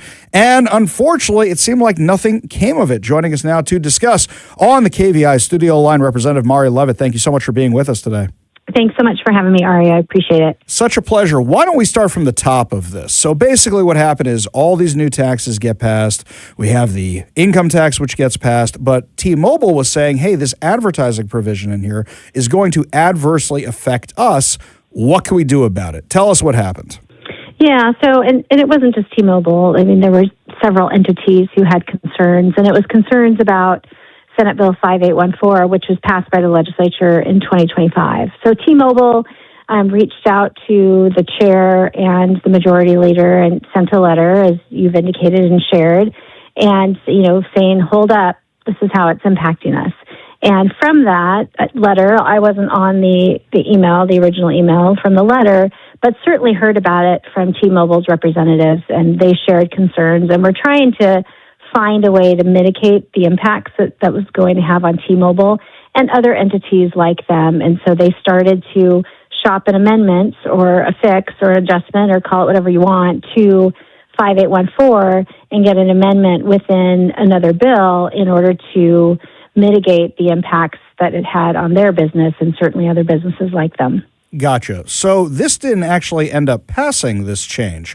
It kind of got stuck there. If the Democrats were hearing this from other companies, why didn't they just do something to fix it? Or was it one of these things where a legislative procedure ran out of time or whatever it was and the legislature stopped this? Yeah, well, there was an amendment that T-Mobile offered, and they had language, and I was certainly willing to offer it because it made sense. And in essence, what the amendment did is it said, look, out-of-state businesses shouldn't be getting an advantage, and in-state businesses shouldn't be getting a disadvantage by 5814 impacts, which is compelling because our role as legislature is really to shore up our businesses within Washington State first and foremost, and certainly care of the out-of-state businesses, but we shouldn't be causing harm to our in-state businesses and giving an advantage, like I said, to out-of-state. So they had an amendment language that was offered up to adjust and fix that challenge that they were having. And unfortunately, it didn't get into the bill, and it didn't make it out. And I think T-Mobile, certainly was disappointed in that impact of us not being able to move in the direction that they asked us to. And I was disappointed, and I think there were other legislators who were disappointed that we weren't able to get that done as well. Now, this isn't the only company that did this. We know Starbucks had similar problems with this. We know that actually the NBA commissioner was concerned about some of these tax provisions that are going to be in a lot of these bills. And it seems like it's just not going anywhere. Is this stuff that's going to be coming back in the next legislative session, assuming it's most of the same people coming back after the elections? I think so. I hope so. I know I've had conversations with T-Mobile and plan to take the language that they offered and convert it into a bill, and then start to work with staff and Department of Revenue to find out what the budget impact would be if we were to implement that going forward for next session. And we were able to make some changes this session. So it wasn't just T-Mobile or large companies that were impacted by 5814, but unfortunately, it was even smaller entities like public libraries, school districts, nonprofits who bring in educational folks, those who do tutoring or music lessons. So imagine if you have a child taking piano lessons or you offer piano lessons or you offer violin lessons, they were being taxed as well, which is stupid. There's no other way to say it. Stupid tax. And it was harmful, and it was causing school districts to, impacting them in millions of dollars, libraries across our state, nonprofits, educational entities, those who bring in speakers to educate someone or inform them or provide knowledge on a range of issues or topics or anything, all of those were being taxed. So we were able to make some dent this year in some of that, but not all of it. So absolutely we'll be coming back. Some of us will be coming back for next session, including the amendment that T-Mobile offered. And I called them just to make sure they're still interested in that or if they've mitigated in some other way. And they are interested, and they also are mitigating the impact of that bill. And some of the services that they were doing in state, they're doing elsewhere. I don't know where elsewhere is. I didn't ask what state is elsewhere included, but they've started to mitigate it in the way that they need to in order to, to save money. But yes, it'll be coming back next session. And I would imagine some other iterations of where the impact is continuing to cause harm will be offered as well. Ed Orcutt had a great bill, just repealed 5814. And unfortunately, Representative Ed Orcutt, that is, and unfortunately it didn't get a hearing, which was disappointing. So, I hate to say I told you so, but this was something people like me were warning about before this thing even got passed. Did these concerns not come up when this thing was first being proposed? I don't think they came up to the level. I certainly didn't hear about it. I mean, I heard certainly some, and I voted no on the original bill. So I heard enough that said this is a problematic bill. And I called it the kitchen sink bill because it just had everything and anything all in one big bill. To tax, from libraries to school districts to music lessons to after-school care programs to T-Mobile to digital websites. I mean, on and on and on. It just had a host of all unconnected stuff. And that's why I call it the kitchen sink, because we just threw in everything. It's like filling a dishwasher to the brim and it's overflowing, and then it doesn't work. Well, of course it's not going to work because it wasn't meant to do that. And so I think this bill is a good example of where you get it wrong when you rush. But there were certainly warning signs from several folks who said, don't do this, and this is what we think the impact is going to be. And unfortunately, it got through anyway. In the last few minutes we have with Representative Mari Levitt, and we really appreciate you coming on the show because, unfortunately, so many of your colleagues do not. So should we be concerned about other companies like Starbucks? Have you been hearing it from other big ones, Costco, REI, Microsoft, those guys? Because we know about T-Mobile, we know about the NBA, we know about Starbucks. It's dumb luck we found out about some of these things. Is there anybody else we should be concerned about? I haven't heard, but I'm sure there are. So I'm sure to be revealed. I don't doubt. All of these things. I often call it a cumulative. One bill in and of itself may not cause significant harm across many sectors, but it's the cumulative effect of bills that cause significant harm. And I think that's where we're at right now. And so anything that comes forward for next session should be about relief, not piling on or not adding to that cumulative harmful effect that we've unfortunately done in the last couple sessions, and certainly proposals will come forward this upcoming session that aren't going to be helpful, and hopefully we make sure those don't get out. Well, Representative Mari Levitt, really appreciate you taking the time to be with us today. Really appreciate your analysis. Really appreciate you fighting against these really crazy policies. And we really appreciate you joining us today. Thank you so much, Ari. I appreciate it. Have a good day. You too. We got a whole lot more to discuss as the show continues. You're listening to The Ari Hoffman Show on Talk Radio 570 KVI.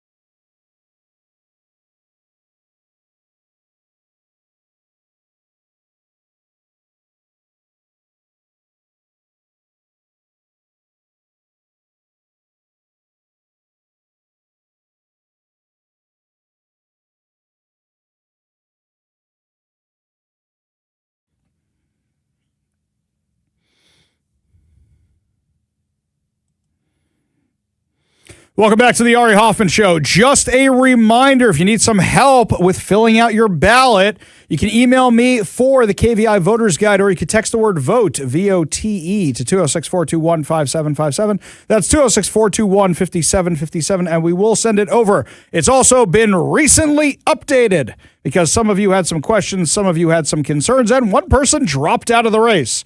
Yes, for those of you who wanted the recommendations on Seattle Municipal Court judges, sorry, dude, the only one who wasn't endorsed by a Democrat just dropped out of the race. So I got nothing. Look at this King County ballot. Pretty sad.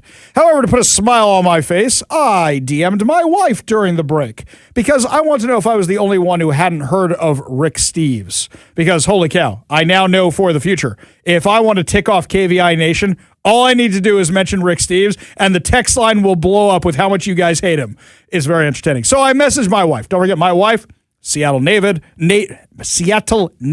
speak English, Hoffman. Seattle native. Family's been here for 4 generations. Way more online than I am. Way savvier than I am. And I said this during the break, without Googling, do you know who Rick Steves is? Right? Here's what she wrote. Never heard of him.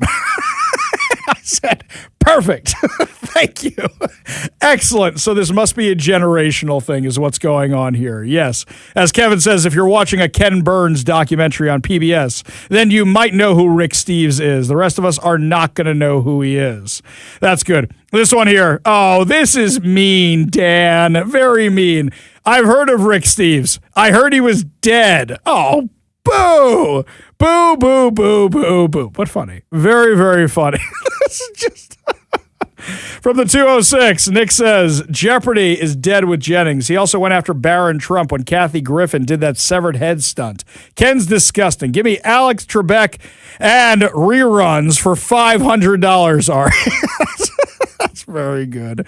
Very good, Nick. Very, very good. I like this one here. The one who says the last time they watched Jeopardy, Alex Trebek had a mustache.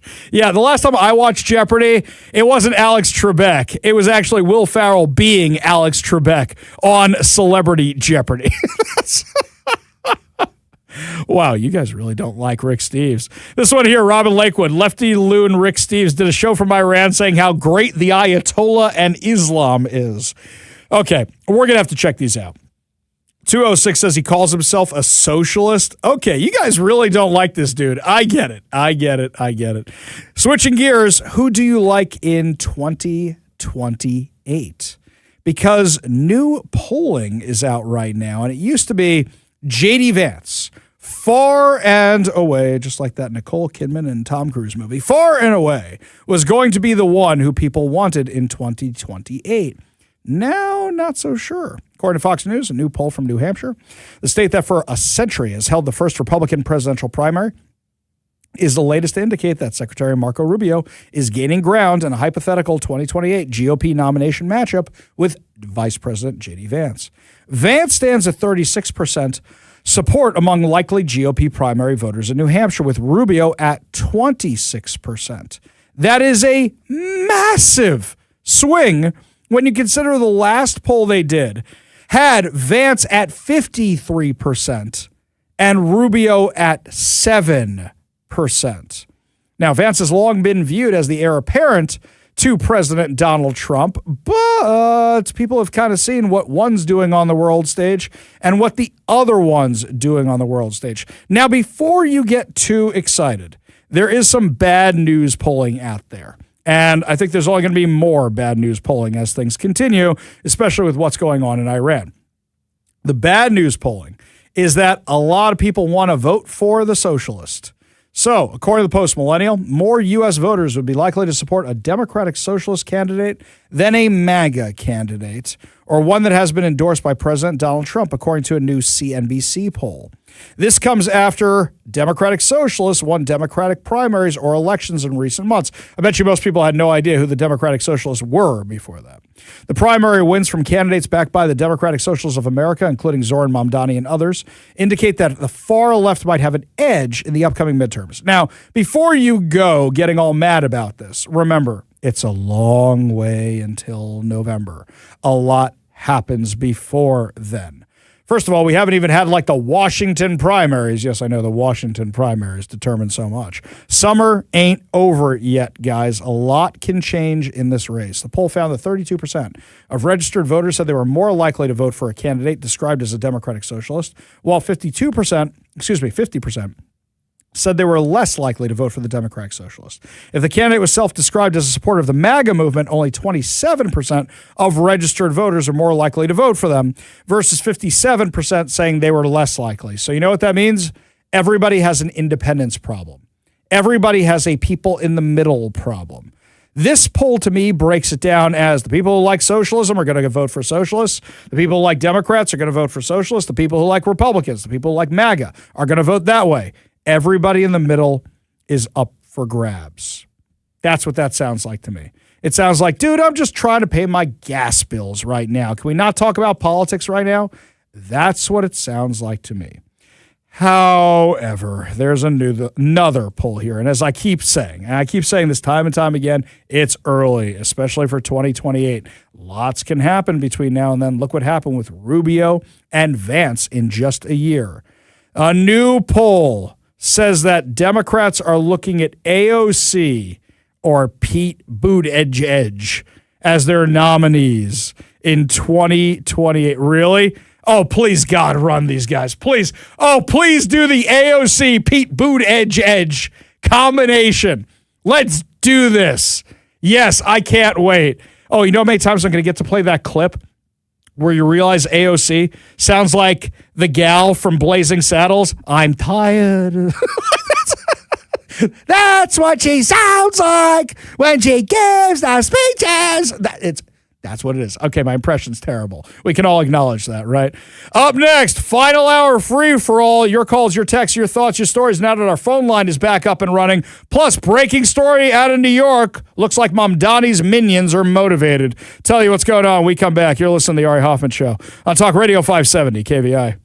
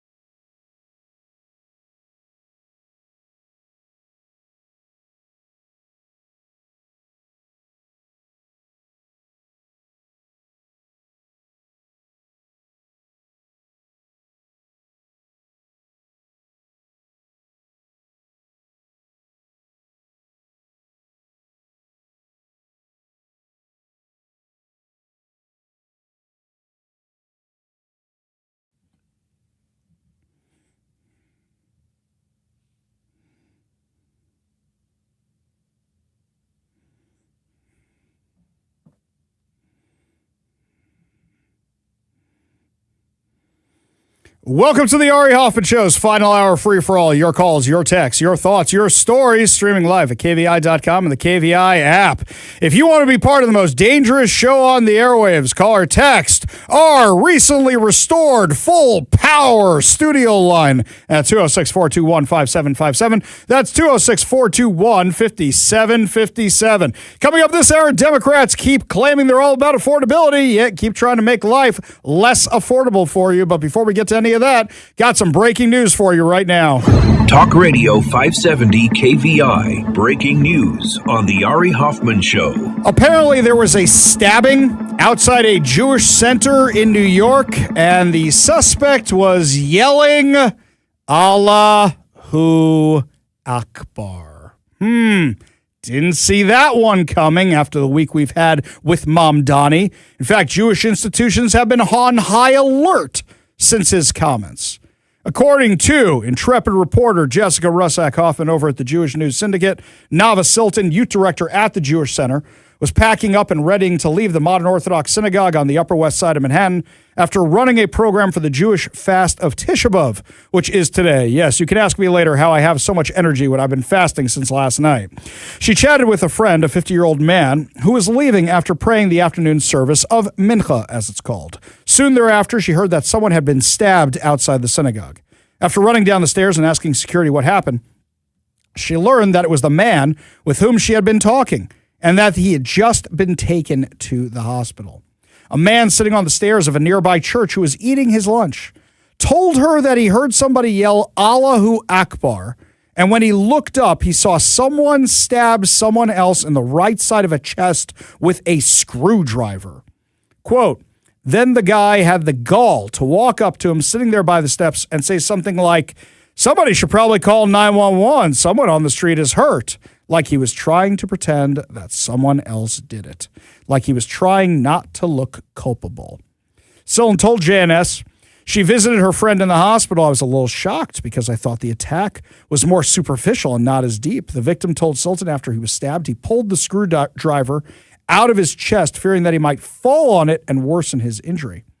Jessica Tisch, commissioner of the New York City Police Department, stated that this afternoon, 2 people were stabbed in separate attacks on the Upper West Side. Both victims, an Asian male and a Jewish male, were taken to Mount Sinai St. Luke's Hospital, and both are expected to survive. The NYPD has arrested 51-year-old Raul Morales in connection with both assaults, and no other people are being sought. That's random. Did expect the name to be Raul Morales. I expected a little bit more Middle Eastern flair off of that one. Or is it just, hey, saying Allahu Akbar is trendy? Or is it just this person's a crazy homeless person and they just say that stuff? You know what? I was going through Washington, D.C. a couple weeks ago. We were getting yelled anti-Semitic stuff at us as we were just walking down the street. Some of it was coming from the homeless people. A little random. They said here that detectives are continuing to work the case and determine motive, but according to victim statements, Morales yelled Allahu Akbar during both attacks. The NYPD is currently evaluating whether this is a potential hate crime. What do you think motivated this guy? While the perpetrator has no known mental health history with the NYPD, the initial investigation suggests that mental health may have been a factor. Does that mean homeless? At this time, there's no known link between Morales and either victim, nor between the victims and each other. 5 hours after the attack, Mayor Zoran Mamdani stated he was briefed on today's horrifying stabbings on the Upper West Side, where an Asian man and a Jewish man were attacked. So, you mean that Zoran Mamdani is horrified because more Jews weren't killed, right? That's why he's horrified after the week he's had? After the week talking about how he's mourning the Hamas terrorists and all the evils of Netanyahu and Israel. Dude, I don't want to hear it from you. Shut the you-know-what up. I'm tired of it. Oh, you've been briefed. Oh, one of your staffers came into a room. Hey, a Jew got stabbed on the Upper West Side. And Mamdani goes, so? What else? What's for lunch? What are we doing today? I've been briefed. I've been briefed. Well, great. Well, it's really been, you coordinating with the NYPD at all? Are you concerned about this at all? Especially given the fact that it's a Jewish holiday today? Especially given the fact of your remarks all week? No. Being briefed is what he says when he doesn't know what the hell to say. By the way, I took his little statement from yesterday that he put out. We were talking about this on the show yesterday. His little statement. Put it through AI generator to see if the AI detector, to see how much of his statement wishing everybody a peaceful Tisha B'Av, that's the holiday today, 100% AI generated. 100%. Basically, say to AI, hey, there's a Jewish holiday today, but I don't want to acknowledge that it has to do with the fact that the Jews are mourning the destruction of the temple. Can you write something for me? Sure, no problem, says ChatGPT. Here you go. Post it. According to the witness and the victim's statements, the perpetrator yelled Allahu Akbar during both attacks. Gee, I wonder why Mamdani's not saying more. Why do you think that Zoran Mamdani, the jihadi, who said from the river to the sea, who called to globalize the intifada, hey, globalizing the intifada, that's what this looks like. That's what it looks like when you have stabbings on the Upper West Side outside of a Jewish center of a Jewish man. The NYPD's initial investigation suggests that mental health may have been a factor. Well, a normal person does not go stabbing people. They don't go doing this. NYPD told JNS that officers respond to a 911 call about an assault at about 1:30 p.m. near West 84th Street in Central Park West on Manhattan's Upper West Side on Thursday. Officers saw a 57-year-old man and a 50-year-old man alert and conscious, each with a stab wound to the torso. Both were hospitalized in stable condition. They are still considering whether or not it's a hate crime. He said Allahu Akbar and stabbed two people outside a Jewish center. Hang on, let me think on this for a second. Do you think it's a hate crime? Survey says, yeah, it's a hate crime. Rabbi Alan Schwartz of Congregation Ohev Tzedek used to be my rabbi in college, as a matter of fact.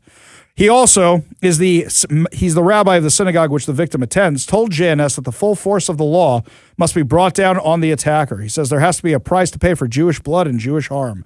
There is mayhem going on. He said we're a tiny percentage of the population, yet we're over 50% of the attacks, and the mayor's diatribes don't help, of course. Thursday is Tisha B'Av, fast day marking the destruction of the two Jewish temples in Jerusalem, among other tragedies, as many Jews spend hours in synagogues during the fast. The incident occurred on a day after the United Jewish Teachers requested enhanced NYPD presence near synagogues and Jewish institutions after jihadi mayor Zoran Mamdani shared a video in which he called Israeli Prime Minister Benjamin Netanyahu a war criminal and should be arrested. Schwartz said the fast is a time when we're all trying to get together, trying to have more ahavas chinam, baseless love, and take a look at what we have to contend with on such a day. He says we're all preparing for the month of Elul, which is the month that leads up to the high holidays. On Tisha B'Av, we're busy with introspection. They're busy with their hate. It's just awful that this should come to a neighborhood like the Upper West Side, which is such a progressive neighborhood, he says. All the Jews are very much united. The fact that this victim is a visibly Jewish person, wears a yarmulke, I think he was targeted. Dani Danon, Israeli ambassador to the United Nations in New York City, told the outlet that Mamdani's incitement is putting Jewish lives in danger in New York, home to the largest Jewish community outside of Israel. He said the mayor has spent months fueling hatred, demonizing Israel, legitimizing hostility towards Jews. Now take responsibility for the consequences. Every time you pour more fuel on the fire, violence is more likely. Stop the incitement before more people get hurt. Mamdani's press office says there was supposed to be a 5 p.m. Talk with the People live stream. Did that happen? Oh, it was canceled. Mamdani canceled it because he's supposed to be taking questions on Twitch. What's the first question he's going to get on the live stream on Twitch? Do you think that your comments contributed to the dude yelling Allahu Akbar? Wonder why he canceled it. That's a head scratcher right there. That's really a head scratcher. Mamdani, what a coward. What an absolute coward. In the first month of Mamdani's term as mayor, anti-Jewish hate crimes were up 182% compared to the previous year. Since then, the New York City Police Department had twice changed the way it reports hate crimes, making it more difficult to compare statistics in recent months. You know what this is? That's Mamdani going, there's too many. Change it. You gotta change it. Can we get rid of like the Jews? Oh, wait, that's what's causing the hate crimes. We have to change the way we classify hate crimes. Too many are happening to the Jews. Too many. Ina Vernica, friend of the show, Jewish member of the New York City Council, said the attack comes a day after Mamdani incited more violence against New York City Jews. She said, I pray for the speedy recovery of the victims. I never typically use this type of language on social media, but F you, New York City Mayor Zoran Mamdani. This is great. I should call her. I have to tell her to watch her mouth, though, when she comes back on the show, because that dumb button, we don't always get to it fast enough. I'm sorry to be laughing about this. I don't know what else to do. I really don't. Zoran Mamdani's rhetoric is literally calling for people to attack Jews. He's saying, well, we don't like Israel, so we should arrest Bibi Netanyahu. We should do that. You know, I remember Zoran Mamdani having some pretty strong words when Trump went in and took out Maduro and arrested him. And he was all condemning it, getting all mad about it. But yet Zoran Mamdani wants to arrest Bibi Netanyahu when he comes to New York City. Number one, dude, you don't have the authority to do so. Not at all. Number two, it's another broken campaign promise, which you can't follow through on. Number three, how about any of the other people that are coming to the UN? How about let's just throw this one out here for a second. Palestinian authorities coming there. You want to arrest them? They're still paying terrorists. Anybody from China? You want to arrest them? They have concentration camps. How about them? How about anybody from Iran? You know, they're responsible this week alone for the deaths of 4 Americans. You want to arrest them? No, just the Jews? Just the Jews. Now we see what's going on here. We fully understand what's going on here. Oh, by the way, remember yesterday I told you about how Zoran Mamdani posted a message for the fast today, wishing a peaceful Tisha B'Av to Jewish New Yorkers across the 5 boroughs. From sundown tonight until tomorrow, mourners will pause and reflect on the history and resiliency of the Jewish people. May all observing have a safe and meaningful fast. The thing that I dumped into ChatGPT detector, and it said it was 100% done by ChatGPT. That's right. So Mamdani posts that. And all of a sudden, everybody in the Hamas caucus who's running for office starts doing the same thing. Dr. Abdul El Sayed, the lunatic from Michigan, wishing a meaningful fast to all those who are observing Tisha B'Av in Michigan and around the world. Okay, you guys are 2 of the biggest Israel haters on the planet. You know that this day is commemorating the destruction of the first and second temple in Jerusalem. In Jerusalem, that's what the holiday is all about. And you know that the destruction of the second temple occurred at least 500 years, that's 5 centuries for those keeping track, before Islam existed. And yet you still want to claim that's your holy site? Sure. Okay, we'll go with that for a second. Many other Jewish tragedies happen on this day. The expulsion from England, the expulsion from France, the expulsion from Spain, the mass deportation of Jews from the Warsaw Ghetto, the 2005 withdrawal of Jewish communities from Gaza. All of the stuff happened on this same day. It's a bad day for Jews, and now we can add a stabbing on the Upper West Side of Manhattan in 2026. Thanks, Zoran Mamdani. Really do appreciate that. Really, really do. Jewish communities are increasing their security up the wazoo because this guy can't keep his mouth shut. This is who you elected. I saw the other day Piers Morgan on his show, which is basically just a televised edition of the Jerry Springer show. It's just been brought into our century here. It's been brought into our decade here. Jerry Springer's dead, right? There's no more Jerry. Yeah, he's very dead. Super dead. So anyway, Piers Morgan, he just brings in all these people because he just wants the clicks. He brings on Curtis Sliwa. Curtis Sliwa is ranting and raving about Jews. I'm like, dude, you gave us Mamdani. You had no chance of winning that mayoral race. You refused to drop out. Not that I think Cuomo is any great shakes. You just had terrible candidates in that race. But you are literally responsible for Mamdani getting elected. And you're going to rant and rave about Mamdani? Spare me. Spare me. You know, Mamdani, he's no dummy, by the way. Why do you think he canceled that Twitch stream?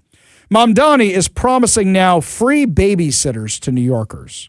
You want to go out for a night? We'll get you free babysitting. You want a creeper found by the Mamdani administration? But because you're promising free stuff, people go for it. People get excited by it. Give us the free stuff. They just want the free goodies. They're all really, really excited about it. Don't realize that, yeah, my friends, nothing in life is actually free. Nothing in life is free. Somebody is paying for it. Why is my rent so high? Well, we raised your property taxes so we could give out the free babysitting. You did what now? Ari, why are my property taxes so high in Seattle? Well, you guys voted so you could get democracy vouchers. What's a democracy voucher? Oh, it's that stupid thing where we charge you money so you can give it to political candidates. Wait, a what? Wait. Are a lot of people using these things? No, not really. Just some people have realized the grift and are using them. And like that guy who ran for Seattle mayor a couple cycles ago, who used all the money to buy headphones and haircuts, and was actually working for the Seattle City Council at the time and wouldn't pay his rent. Yeah, that's what the money's going towards. That's what the money's going towards. It's absolutely crazy. You just promise people free stuff, and they'll vote for you. This is why the polls are showing that the Democratic Socialists of America are outperforming heading into the midterms. If there's a message you want to get across to everybody, it's that nothing is free in this world, my friends. Nothing is free at all. But yet you promise people a bunch of free stuff. They're going to vote for you, right? Say, oh, we'll give you reparations. Oh, free cash? I'll take it. Sonny Hostin promising reparations, right? And so what this is about is money, Joy. Yeah. This is not about anything else. It's about this country trying to avoid paying African Americans our due. Well, and also, Hang on a second. Weren't your ancestors slave owners? Didn't you go on that TV show where you find out who you actually are and you found out your ancestors were slave owners? What was her reaction to that? wow. I'm a little bit in shock. I just always thought of myself as Puerto Rican, half Puerto Rican. I didn't think I was, my family was originally from Spain and slaveholders. Yeah. So how are you feeling, my friend? I think it's actually pretty interesting that my husband and I have shared roots. Yeah. So I do appreciate that. And I think it's great for our children to know this information. I guess it's a fact of life that this is how some people made their living. Now pay me my money. Oh, wait. Now she's justifying it? She was just justifying slavery. This is how some people made their money, I guess. You go back, sniffing around in history and your family and, you're going to find some bad people. I mean, it just different times, different things. You really shouldn't get too cocky in present day about how good your family is and things like that. Like, just go back a little ways. We'll find some weird stuff, guarantee it. I say it all the time. Humans are garbage species. Well, look, me especially, I don't know what's in my family tree. Okay. I don't know either, dude. Yeah. Mine either. I'll tell you this. My wife's family, very well documented. Okay. My mom's side of the family, very well documented. My dad's side, not so much. I'm convinced space aliens just dropped them here. I know sort of where they came from at a certain point, but I don't know what's back there. The original Dodgerel that I know of that came here, that this is the rumor in my family, was a red coat who just stayed here and was like, yeah, I'm not going back, and just went AWOL. That's the rumor. So wait, then we like him. He was a blacksmith. He's a deserter of that other side. He was a blacksmith, and apparently it was Doddridge was his original name, and he switched it. So I like that. That's the rumor. That's as far back as I know. Go with it. Go with that. Just own that, man. Yeah, he left them redcoats because they wanted to tax our tea and our sugar and our stamps. And no representation of the people with that taxation. And didn't like that whole quartering soldiers of the British Army. See, I would lean into that, dude. I really, really would. But yeah, Sonny Hostin. Oh, reparations. Pay yourself. People will just go for the free stuff. People just want the free stuff. And you promise all this stuff, and then you find out at the end it wasn't actually free. But worse than that, you find out at the end, wait a minute, this stuff isn't even good either. Up next, my friends, lots more to discuss. Seattle City Council promised you all this free stuff. Instead, guess what they're going to be doing? Hiking your utility bills 20% over the next 2 years. Give you all the horrible details when we come back. You're listening to The Ari Hoffman Show on Talk Radio 570 KVI.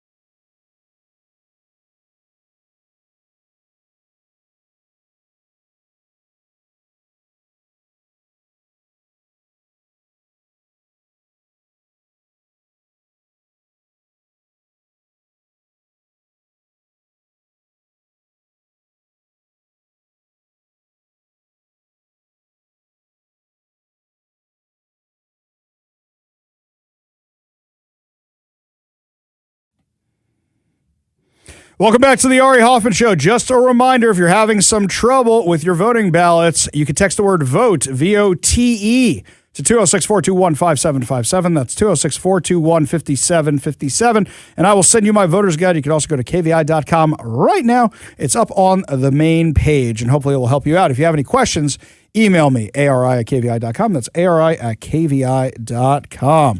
We go to the KVI studio line, take a call from Dan in Puyallup during our final hour free-for-all. Dan, what's going on? I got a quote for you, Ari. Tell me if you can identify the guy that said it.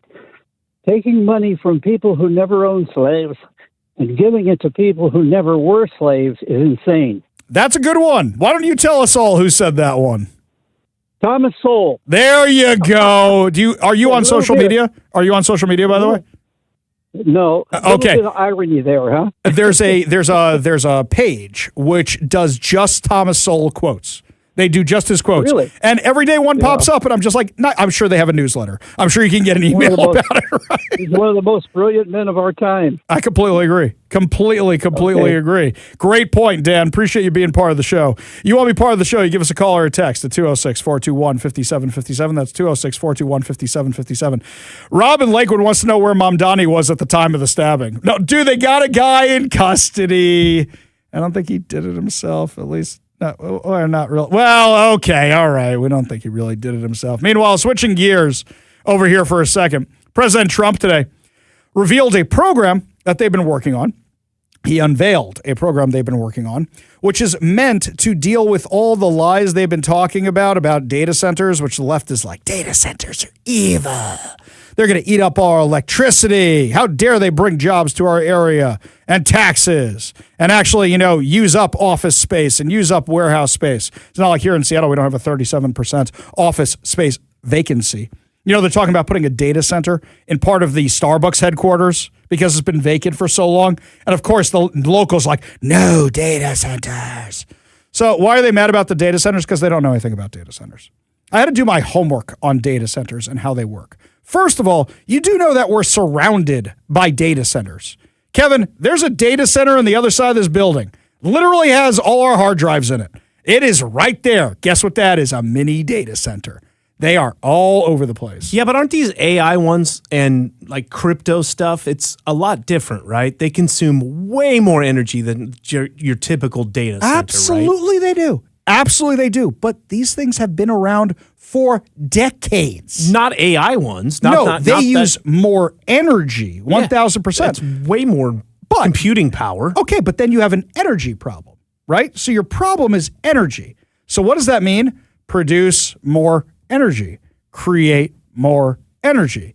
Not, okay, this technology is coming. You know what? We just give up. You know what? Somebody invented this thing called a car, but they require gasoline. You know what? We're not going to put stations anywhere. We're not. You know what? Somebody invented an electric version of that sucker. We're not going to put chargers anywhere. We're just going to let you figure it out for yourself. That's your issue, right? Where do you get the energy from? So you know what you could do? Remember when Amazon was moving into Seattle as opposed to moving out to Seattle? Kevin, you ever coming through Mercer? You ever coming that way where they redid the whole never. area? Never? Never. Never. Not at all, Okay. Ari. I've been going more all often. the time.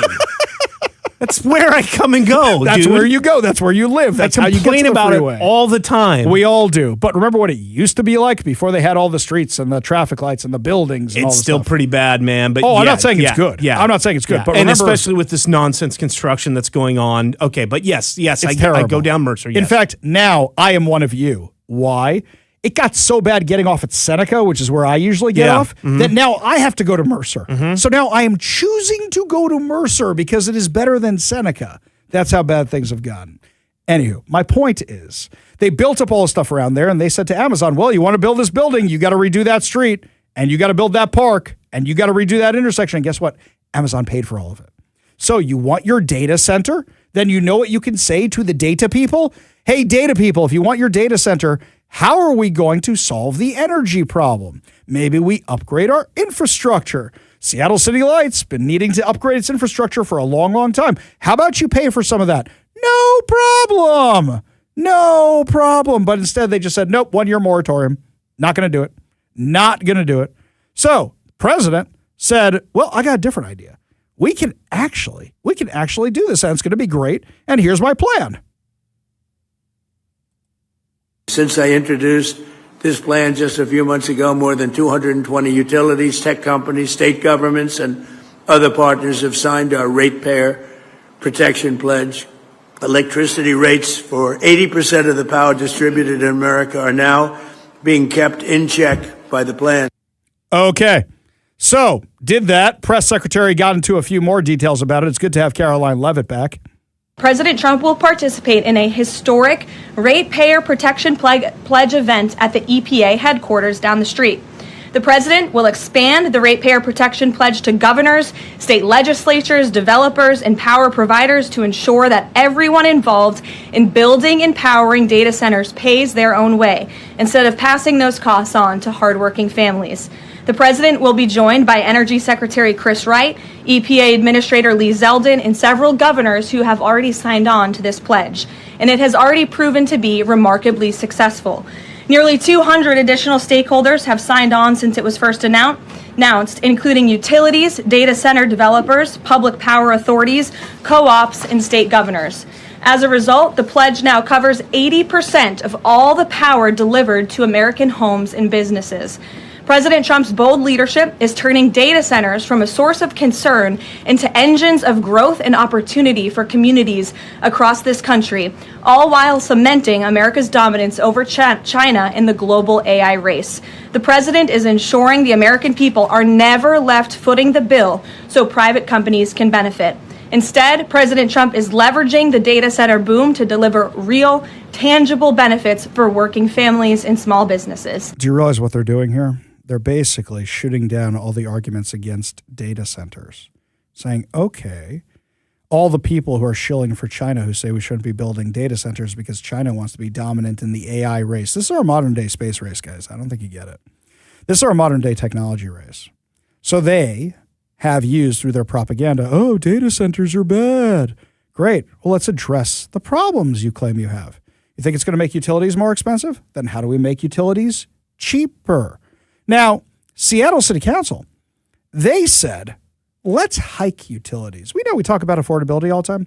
They voted for a 20% rate increase. 9.5% this year, 9.5% next year, 20% rate increase from Seattle City Light.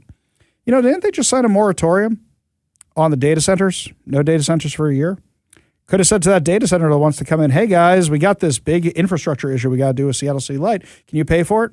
Hey, we've got this big power problem. Can you help us with it? Instead, no data centers. No data centers for a year. And now you're paying 20% more in taxes. So while President Trump is saying, here's how we solve the problems, here's how we fix things, and here's how we make power great again, instead the Seattle City Council is like, give us your money. Money, please. That's what the Seattle City Council is saying. Insane. Absolutely insane. Well, how's it looking for the midterms, my friends, while the Democrats are offering all these freebies? Chair of the National GOP, Casey Crosby, will be joining us next. Tell us what the polling's saying. Also, what about all that election integrity stuff? She'll give us all the details when we come back. You're listening to The Ari Hoffman Show on Talk Radio 570 KVI.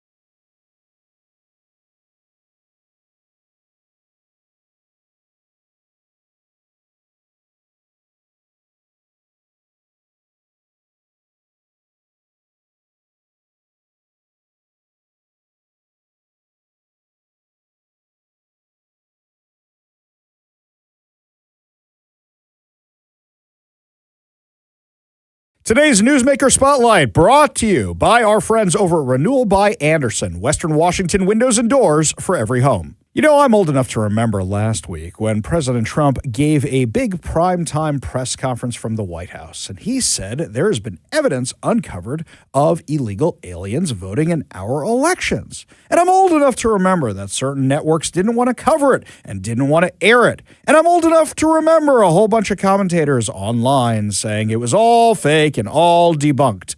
And then comes Democrat Governor Mickey Sherrill, one of the states that was noted in the president's remarks, one of the states that was noted in the Department of Homeland Security's report about illegal aliens voting. And she goes, yep, they're voting, but it was under my predecessor, none under me, so we're going to fix it, and you don't need to do that SAVE Act. I think that's about an accurate summary of the past 7 days or so. Joining us now to discuss on the KVI studio line, co-chair for the GOP, the one and only Casey Crosby. Thanks so much for being with us today.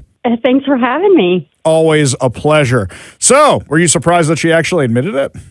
I mean, yeah, I was surprised. I'm not surprised at the fact that what the president said is accurate, but I am surprised that she came out. And it's funny because it's like we say, it's just a finger pointing game now with these people. We know what's going on. We're uncovering it, and here we have a governor who actually came out and admitted it. But yet she's still trying to blame other people. She's blaming the company, and now the company's come out and said, or the contractors, no, it wasn't us. It was actually your people who are doing the registrations. And so lots of finger pointing going on. But what we do know is that it is completely unacceptable to have non-citizens on American voter rolls, period. And the president's getting to the bottom of this. He is committed to it. His administration's committed to it. We're committed to it at the RNC. And they're showing us it is a problem. So we still have Republicans that are saying they're not going to back the SAVE Act. So what do we do about that? I mean, does President Trump have to get on the phone and say, hey, I know a whole bunch of you are going into elections this season. What is it going to take for some of them to move on this thing? Yeah, I think President Trump has been very active, and there is no question where he stands on that issue, as well as the Republican National Committee. I mean, we are publicly in support of the Save America Act. We have got to clean up our elections. And, I tell people all the time, they've got to get involved. This is a common sense issue. It's like you said at the intro. I mean, some of these things are just completely common sense. And you can remember when you felt good about your elections going and that your vote was safe and secure. And so these are common sense issues. I mean, people should be able to feel like U.S. elections are safe and that their vote counts, and illegal aliens are not voting in U.S. elections. And so I tell people all the time, they have got to get involved and engaged. They have got to call their elected officials and let them know where they stand. This is not just a Republican issue.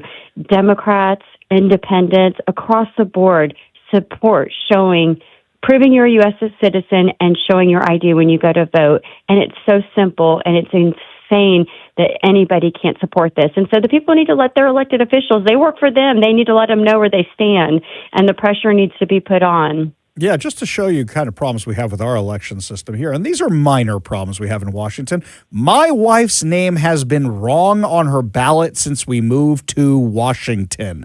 Literally been wrong the whole time. Does not match her ID. She has tried to change it repeatedly, and yet they keep issuing the wrong one. So this is a little small thing, and then we find out bigger stories like how an Olive Garden pasta pass requires a photo ID, but not to vote in Washington. Better yet, the case we discussed last week, where one of the nearby ski mountains where we all take our kids, they require photo ID, not voter ID. They require photo ID on your lift ticket. And yet we don't require that to vote. Do you think this is disenfranchising voters? Do you think this is keeping people away from the polls who just say they throw up their hands and say my vote doesn't matter anyway?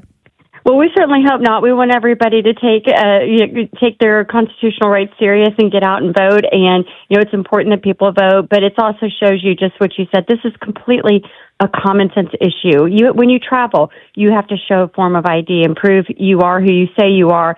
And it just goes back to, we've lost our common sense. I mean, even these Democrat senators and representatives, when they have their rallies, they make people show their photo ID to get into their own rallies. We are in a battle right now, I believe, of just common sense, versus absolute crazy. And the Democrats have just gone so far left and have just bowed down to the left liberal Democrat socialist of their party. They're willing to do anything. And to them, it's not about doing the right thing. It's about doing winning and having power. In the last few minutes we have with Casey Crosby, who's chair of the GOP. So something that's fascinating that you just mentioned in your last comment there is the DSA takeover of the Democratic Party. And regarding the Republicans have been kicking out the lunatics, the fringe, the anti-Semites. But it seems like the Democrats are doubling down on all that insanity. How does it look to you going into the midterms? Listen, I think for the life of me, I can't understand why they keep doubling down on this insanity and why they continue to support candidates who have such extreme views. I mean, we're not talking about these are little left of center candidates. I mean, they even say Hakeem Jeffries and Schumer are too centrist for them and aren't far enough left, and that they want to get rid of them. I mean, they want to abolish ICE. They want to defund the police. They want open borders.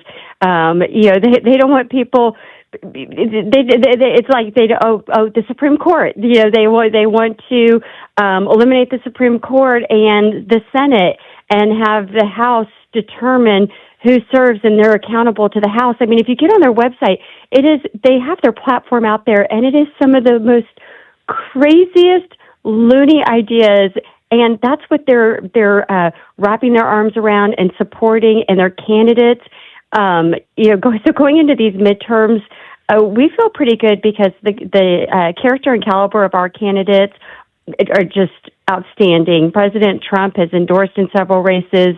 We have wonderful people running, easy for us to get behind and support. And as you know, if you look at the Cook Report, we're going to win this midterm election by a handful of districts across the country. We know where we need to be. The data shows us near where we need to be, and they're such a disaster. They're $18 million in debt. We have $128 million cash on hand. We're working closely with our sister committees, the Congressional Committee, the Senatorial Committee, and we are unified as a party. And so we feel very good going into these midterms. And again, they're just in self-destruction mode, it appears. Casey Crosby, co-chair for the GOP, thank you so much for joining us today. Really do appreciate it. Hey, thanks so much. Talk to you soon. Always a pleasure. We got a whole lot more to discuss as the show continues. You're listening to the Ari Hoffman Show on Talk Radio 570 KVI.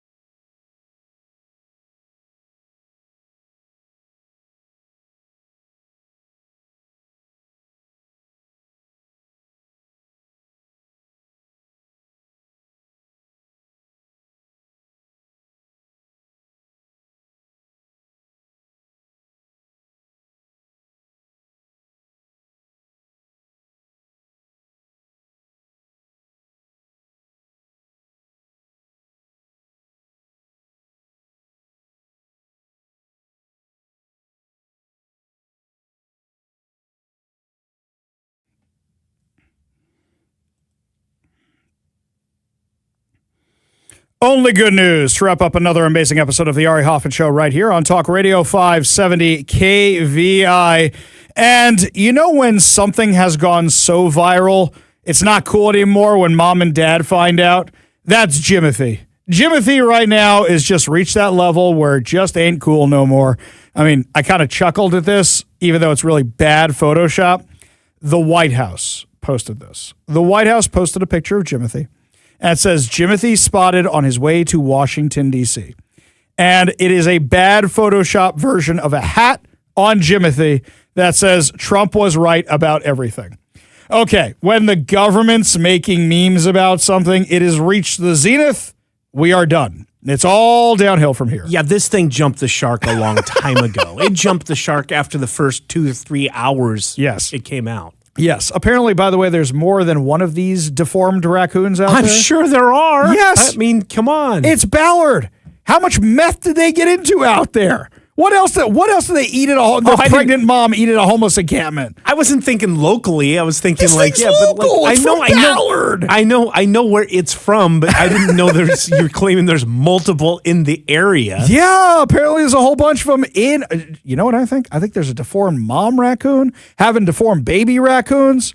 Look, we had that story not too long ago about the meth content of our salmon, of our sushi, having meth in it. You don't think that something happened here with the Jimothy? I feel bad. But yet another reason that drug-addicted parents should not have children. Hey, we're coming back to that whole discussion again. Look at And welcome back to the good news segment of the Ari Hoffman Show. Okay, I did pick animal good news stories for today. Oh, you did? I did, because I do like the baby animals. So, according to Como News, with a little help from friends, Woodland Park Zoo's 2 western lowland baby gorillas now have official names, Cadre and Oku. I don't know what either one of those mean. It's not spelled the cadre the way you know it. Both infants are male. Cadre was born on May 18th to mom Jumani. Oku was born May 24th to mom Olympia. Mom's name is Olympia? You named her after a city? By emergency C-section. The first C-section for a gorilla at Woodland Park Zoo in its 126-year history. Oh, man. It just took me right back to my childhood. Your mom is so fat, she's named after a city. Oh, man. Total reversion right there. The zoo said the names reflect part of the species range in Central Africa's lowland tropical forests and swampy clearings. There's a place in Central Africa's lowland tropical forest and swampy clearings named Olympia? Oh, it is kind of swampy. It is the mini swamp. Cadre's name, meaning helper and supporter, in the Mandinka language, was chosen by Woodland Park Zoo board member Jill Walker and her husband Scott Walker, who were given the naming opportunity as a token of gratitude for their longtime support of the zoo. Hey, ChatGPT, what's the oddest name you can come up with for these gorillas? Oh, okay, thank you. We're so honored to have the privilege of naming the baby gorilla Cadre, meaning helper and supporter, in the Mandinka language. Feels fitting for this young ambassador who helped connect visitors to conservation and future gorillas. Yeah, but you get in that cage with him, he'll rip your arms off. The zoo noted that Mandinka is spoken across West Africa. Oku was named by Dr. Emily Norland, chief obstetrician gynecologist at Swedish Medical Center, who was on the surgical team that performed Olympia's C-section. The zoo said Oku is the name of a mountain in Cameroon in Central Africa. In an unusual turn, the babies are being cared for by the opposite mothers. Olympia's baby Oku is being cared for by Jumani, and Jumani's baby Cadre is being cared for by Olympia. The zoo said while Olympia recovered from surgery, Jumani cared for both infants. A couple of weeks later in June, Cadre was not thriving, spent a couple of days in the zoo's hospital under 24-hour veterinary care while learning to bottle feed. After he left the hospital, staff placed Cadre with Olympia, who the zoo said was more inclined to allow keepers to help with the bottle feeding if needed. Otherwise, they'll rip your arms off. I'm sensing a theme here. We were presented with this rare opportunity. Instead of returning Jumani's baby to her care, we gave him to Olympia. Now both gorillas can care for and raise babies, said Martin Ramirez, curator and mammalogy? Mammalogy, okay, at Woodland Park Zoo. The moms and babies get to remain close in the same family group, and both moms have an infant to care for. Essentially, Olympia and Jumani have become foster moms to each other's babies, and now both are providing excellent maternal care. Olympia and Jabani also have a shared history, the zoo said. They both gave birth the first time in 2012 to sons just weeks apart while living together at the North Carolina Zoo and successfully raised them together. The zoo said the new infants are the first offspring for dad Nadaya. Wait a minute here.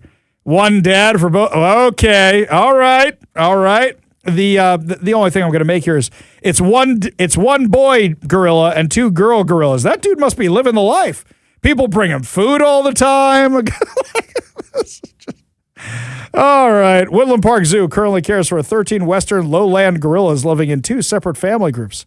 Visitors can see Cadre and Oku, the gorilla baby habitat, along the outside loop of the tropical rainforest. Okay, gotta tell the wife there's going to be baby gorillas at the zoo. She'll be very excited. We'll go check out the baby gorillas at the Woodland Park Zoo. Meanwhile, all right, this is one of the ones that Kevin's like, it's supposed to be good news, right? Yes, this is going to be good news. It's your opportunity to help out an animal shelter. That's why, my friends, okay? The Metro Animal Shelter in Puyallup, Washington is struggling to keep up with unusual increase in stray and abandoned dogs found in Puyallup parks in recent weeks. The officials believe many of the animals were intentionally left behind. About half a dozen dogs have been found in Puyallup parks in recent weeks, pushing the shelter to capacity. Many of the dogs have serious health issues and appear malnourished. Officials say they cannot pinpoint exactly why they are seeing more abandoned animals, but they point to several possible factors, including the rising cost of pet care and higher fees to surrender animals at local shelters. I don't think that's why it is, but sure, let's go with that. All of us, not just our shelter, are seeing an influx of animals, cats and dogs, living together that people are realizing don't work for them, whether it's an economic situation, a medical condition, or they're phasing housing has changed. There we go. That's what it is. Anywho, they are looking for people to adopt the pets. So, if you can adopt the pet, what you do is you reach out to the Metro Shelter out there in Puyallup, and maybe you can take a dog home with you. Been looking for a dog? Always go to the shelter. Don't go to the pet stores, my friends. Officials are asking the public also to watch for suspicious activity and report if there is anyone they believe is abandoning the animal. I'll say it again. Humans are garbage species. Well, yeah, don't take in something you can't take care of, by the way. And if you can't take care of it, bring it back to the place and pay the fee and go, hey, sorry, I couldn't take care of a dog. This is why my wife, anytime I say I want a dog, she always goes, I'm not taking care of it. And you're not home most of the day. Mm-hmm. And then I found out, apparently, we don't allow pets in our studio here. Is that what it is? I don't think so. I think they're worried. I think the reason they said so, Ina had a good reason for that. She said it was something like, if somebody brings a dog and somebody brings a cat, then we're going to have drama in the studio, and they don't want to have the drama in the studio. I was just curious. I was just asking questions. That's all. Because, little pup can go right there in the corner of the studio and just sit there until they have to go poo, and then I got to run out there. I was going to say, hike his leg up and just go like, hey, look at this soundproof wall here. It looks absorbent. Let's just do it right there. And then it'll smell like that forever. In my office, when I was working with my brother-in-law, my father-in-law, my other brother-in-law, I had all these papers laid out on the floor one time, these applications for a trip I was running with the checks, with the everything.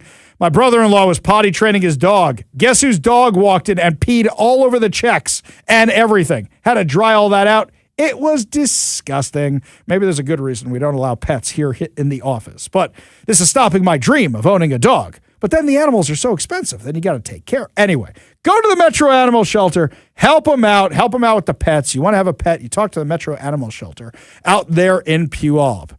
Also, programming note for everybody. So you may have noticed that Del Walmsley retired. So now there's a little bit of a gap between us and Mark Levin. So we just got a sponsor. It's officially starting on Monday, going to be the Ari Hoffman Show Reloaded from 6 to 7 p.m. thanks to our friend over at Wade's East Side Guns. So good news for that, my friends. That's going to do it for us today. We'll be back tomorrow with more insane stories, more exciting guests, and more giveaways. You've been listening to the Ari Hoffman Show on Talk Radio 570 KVI.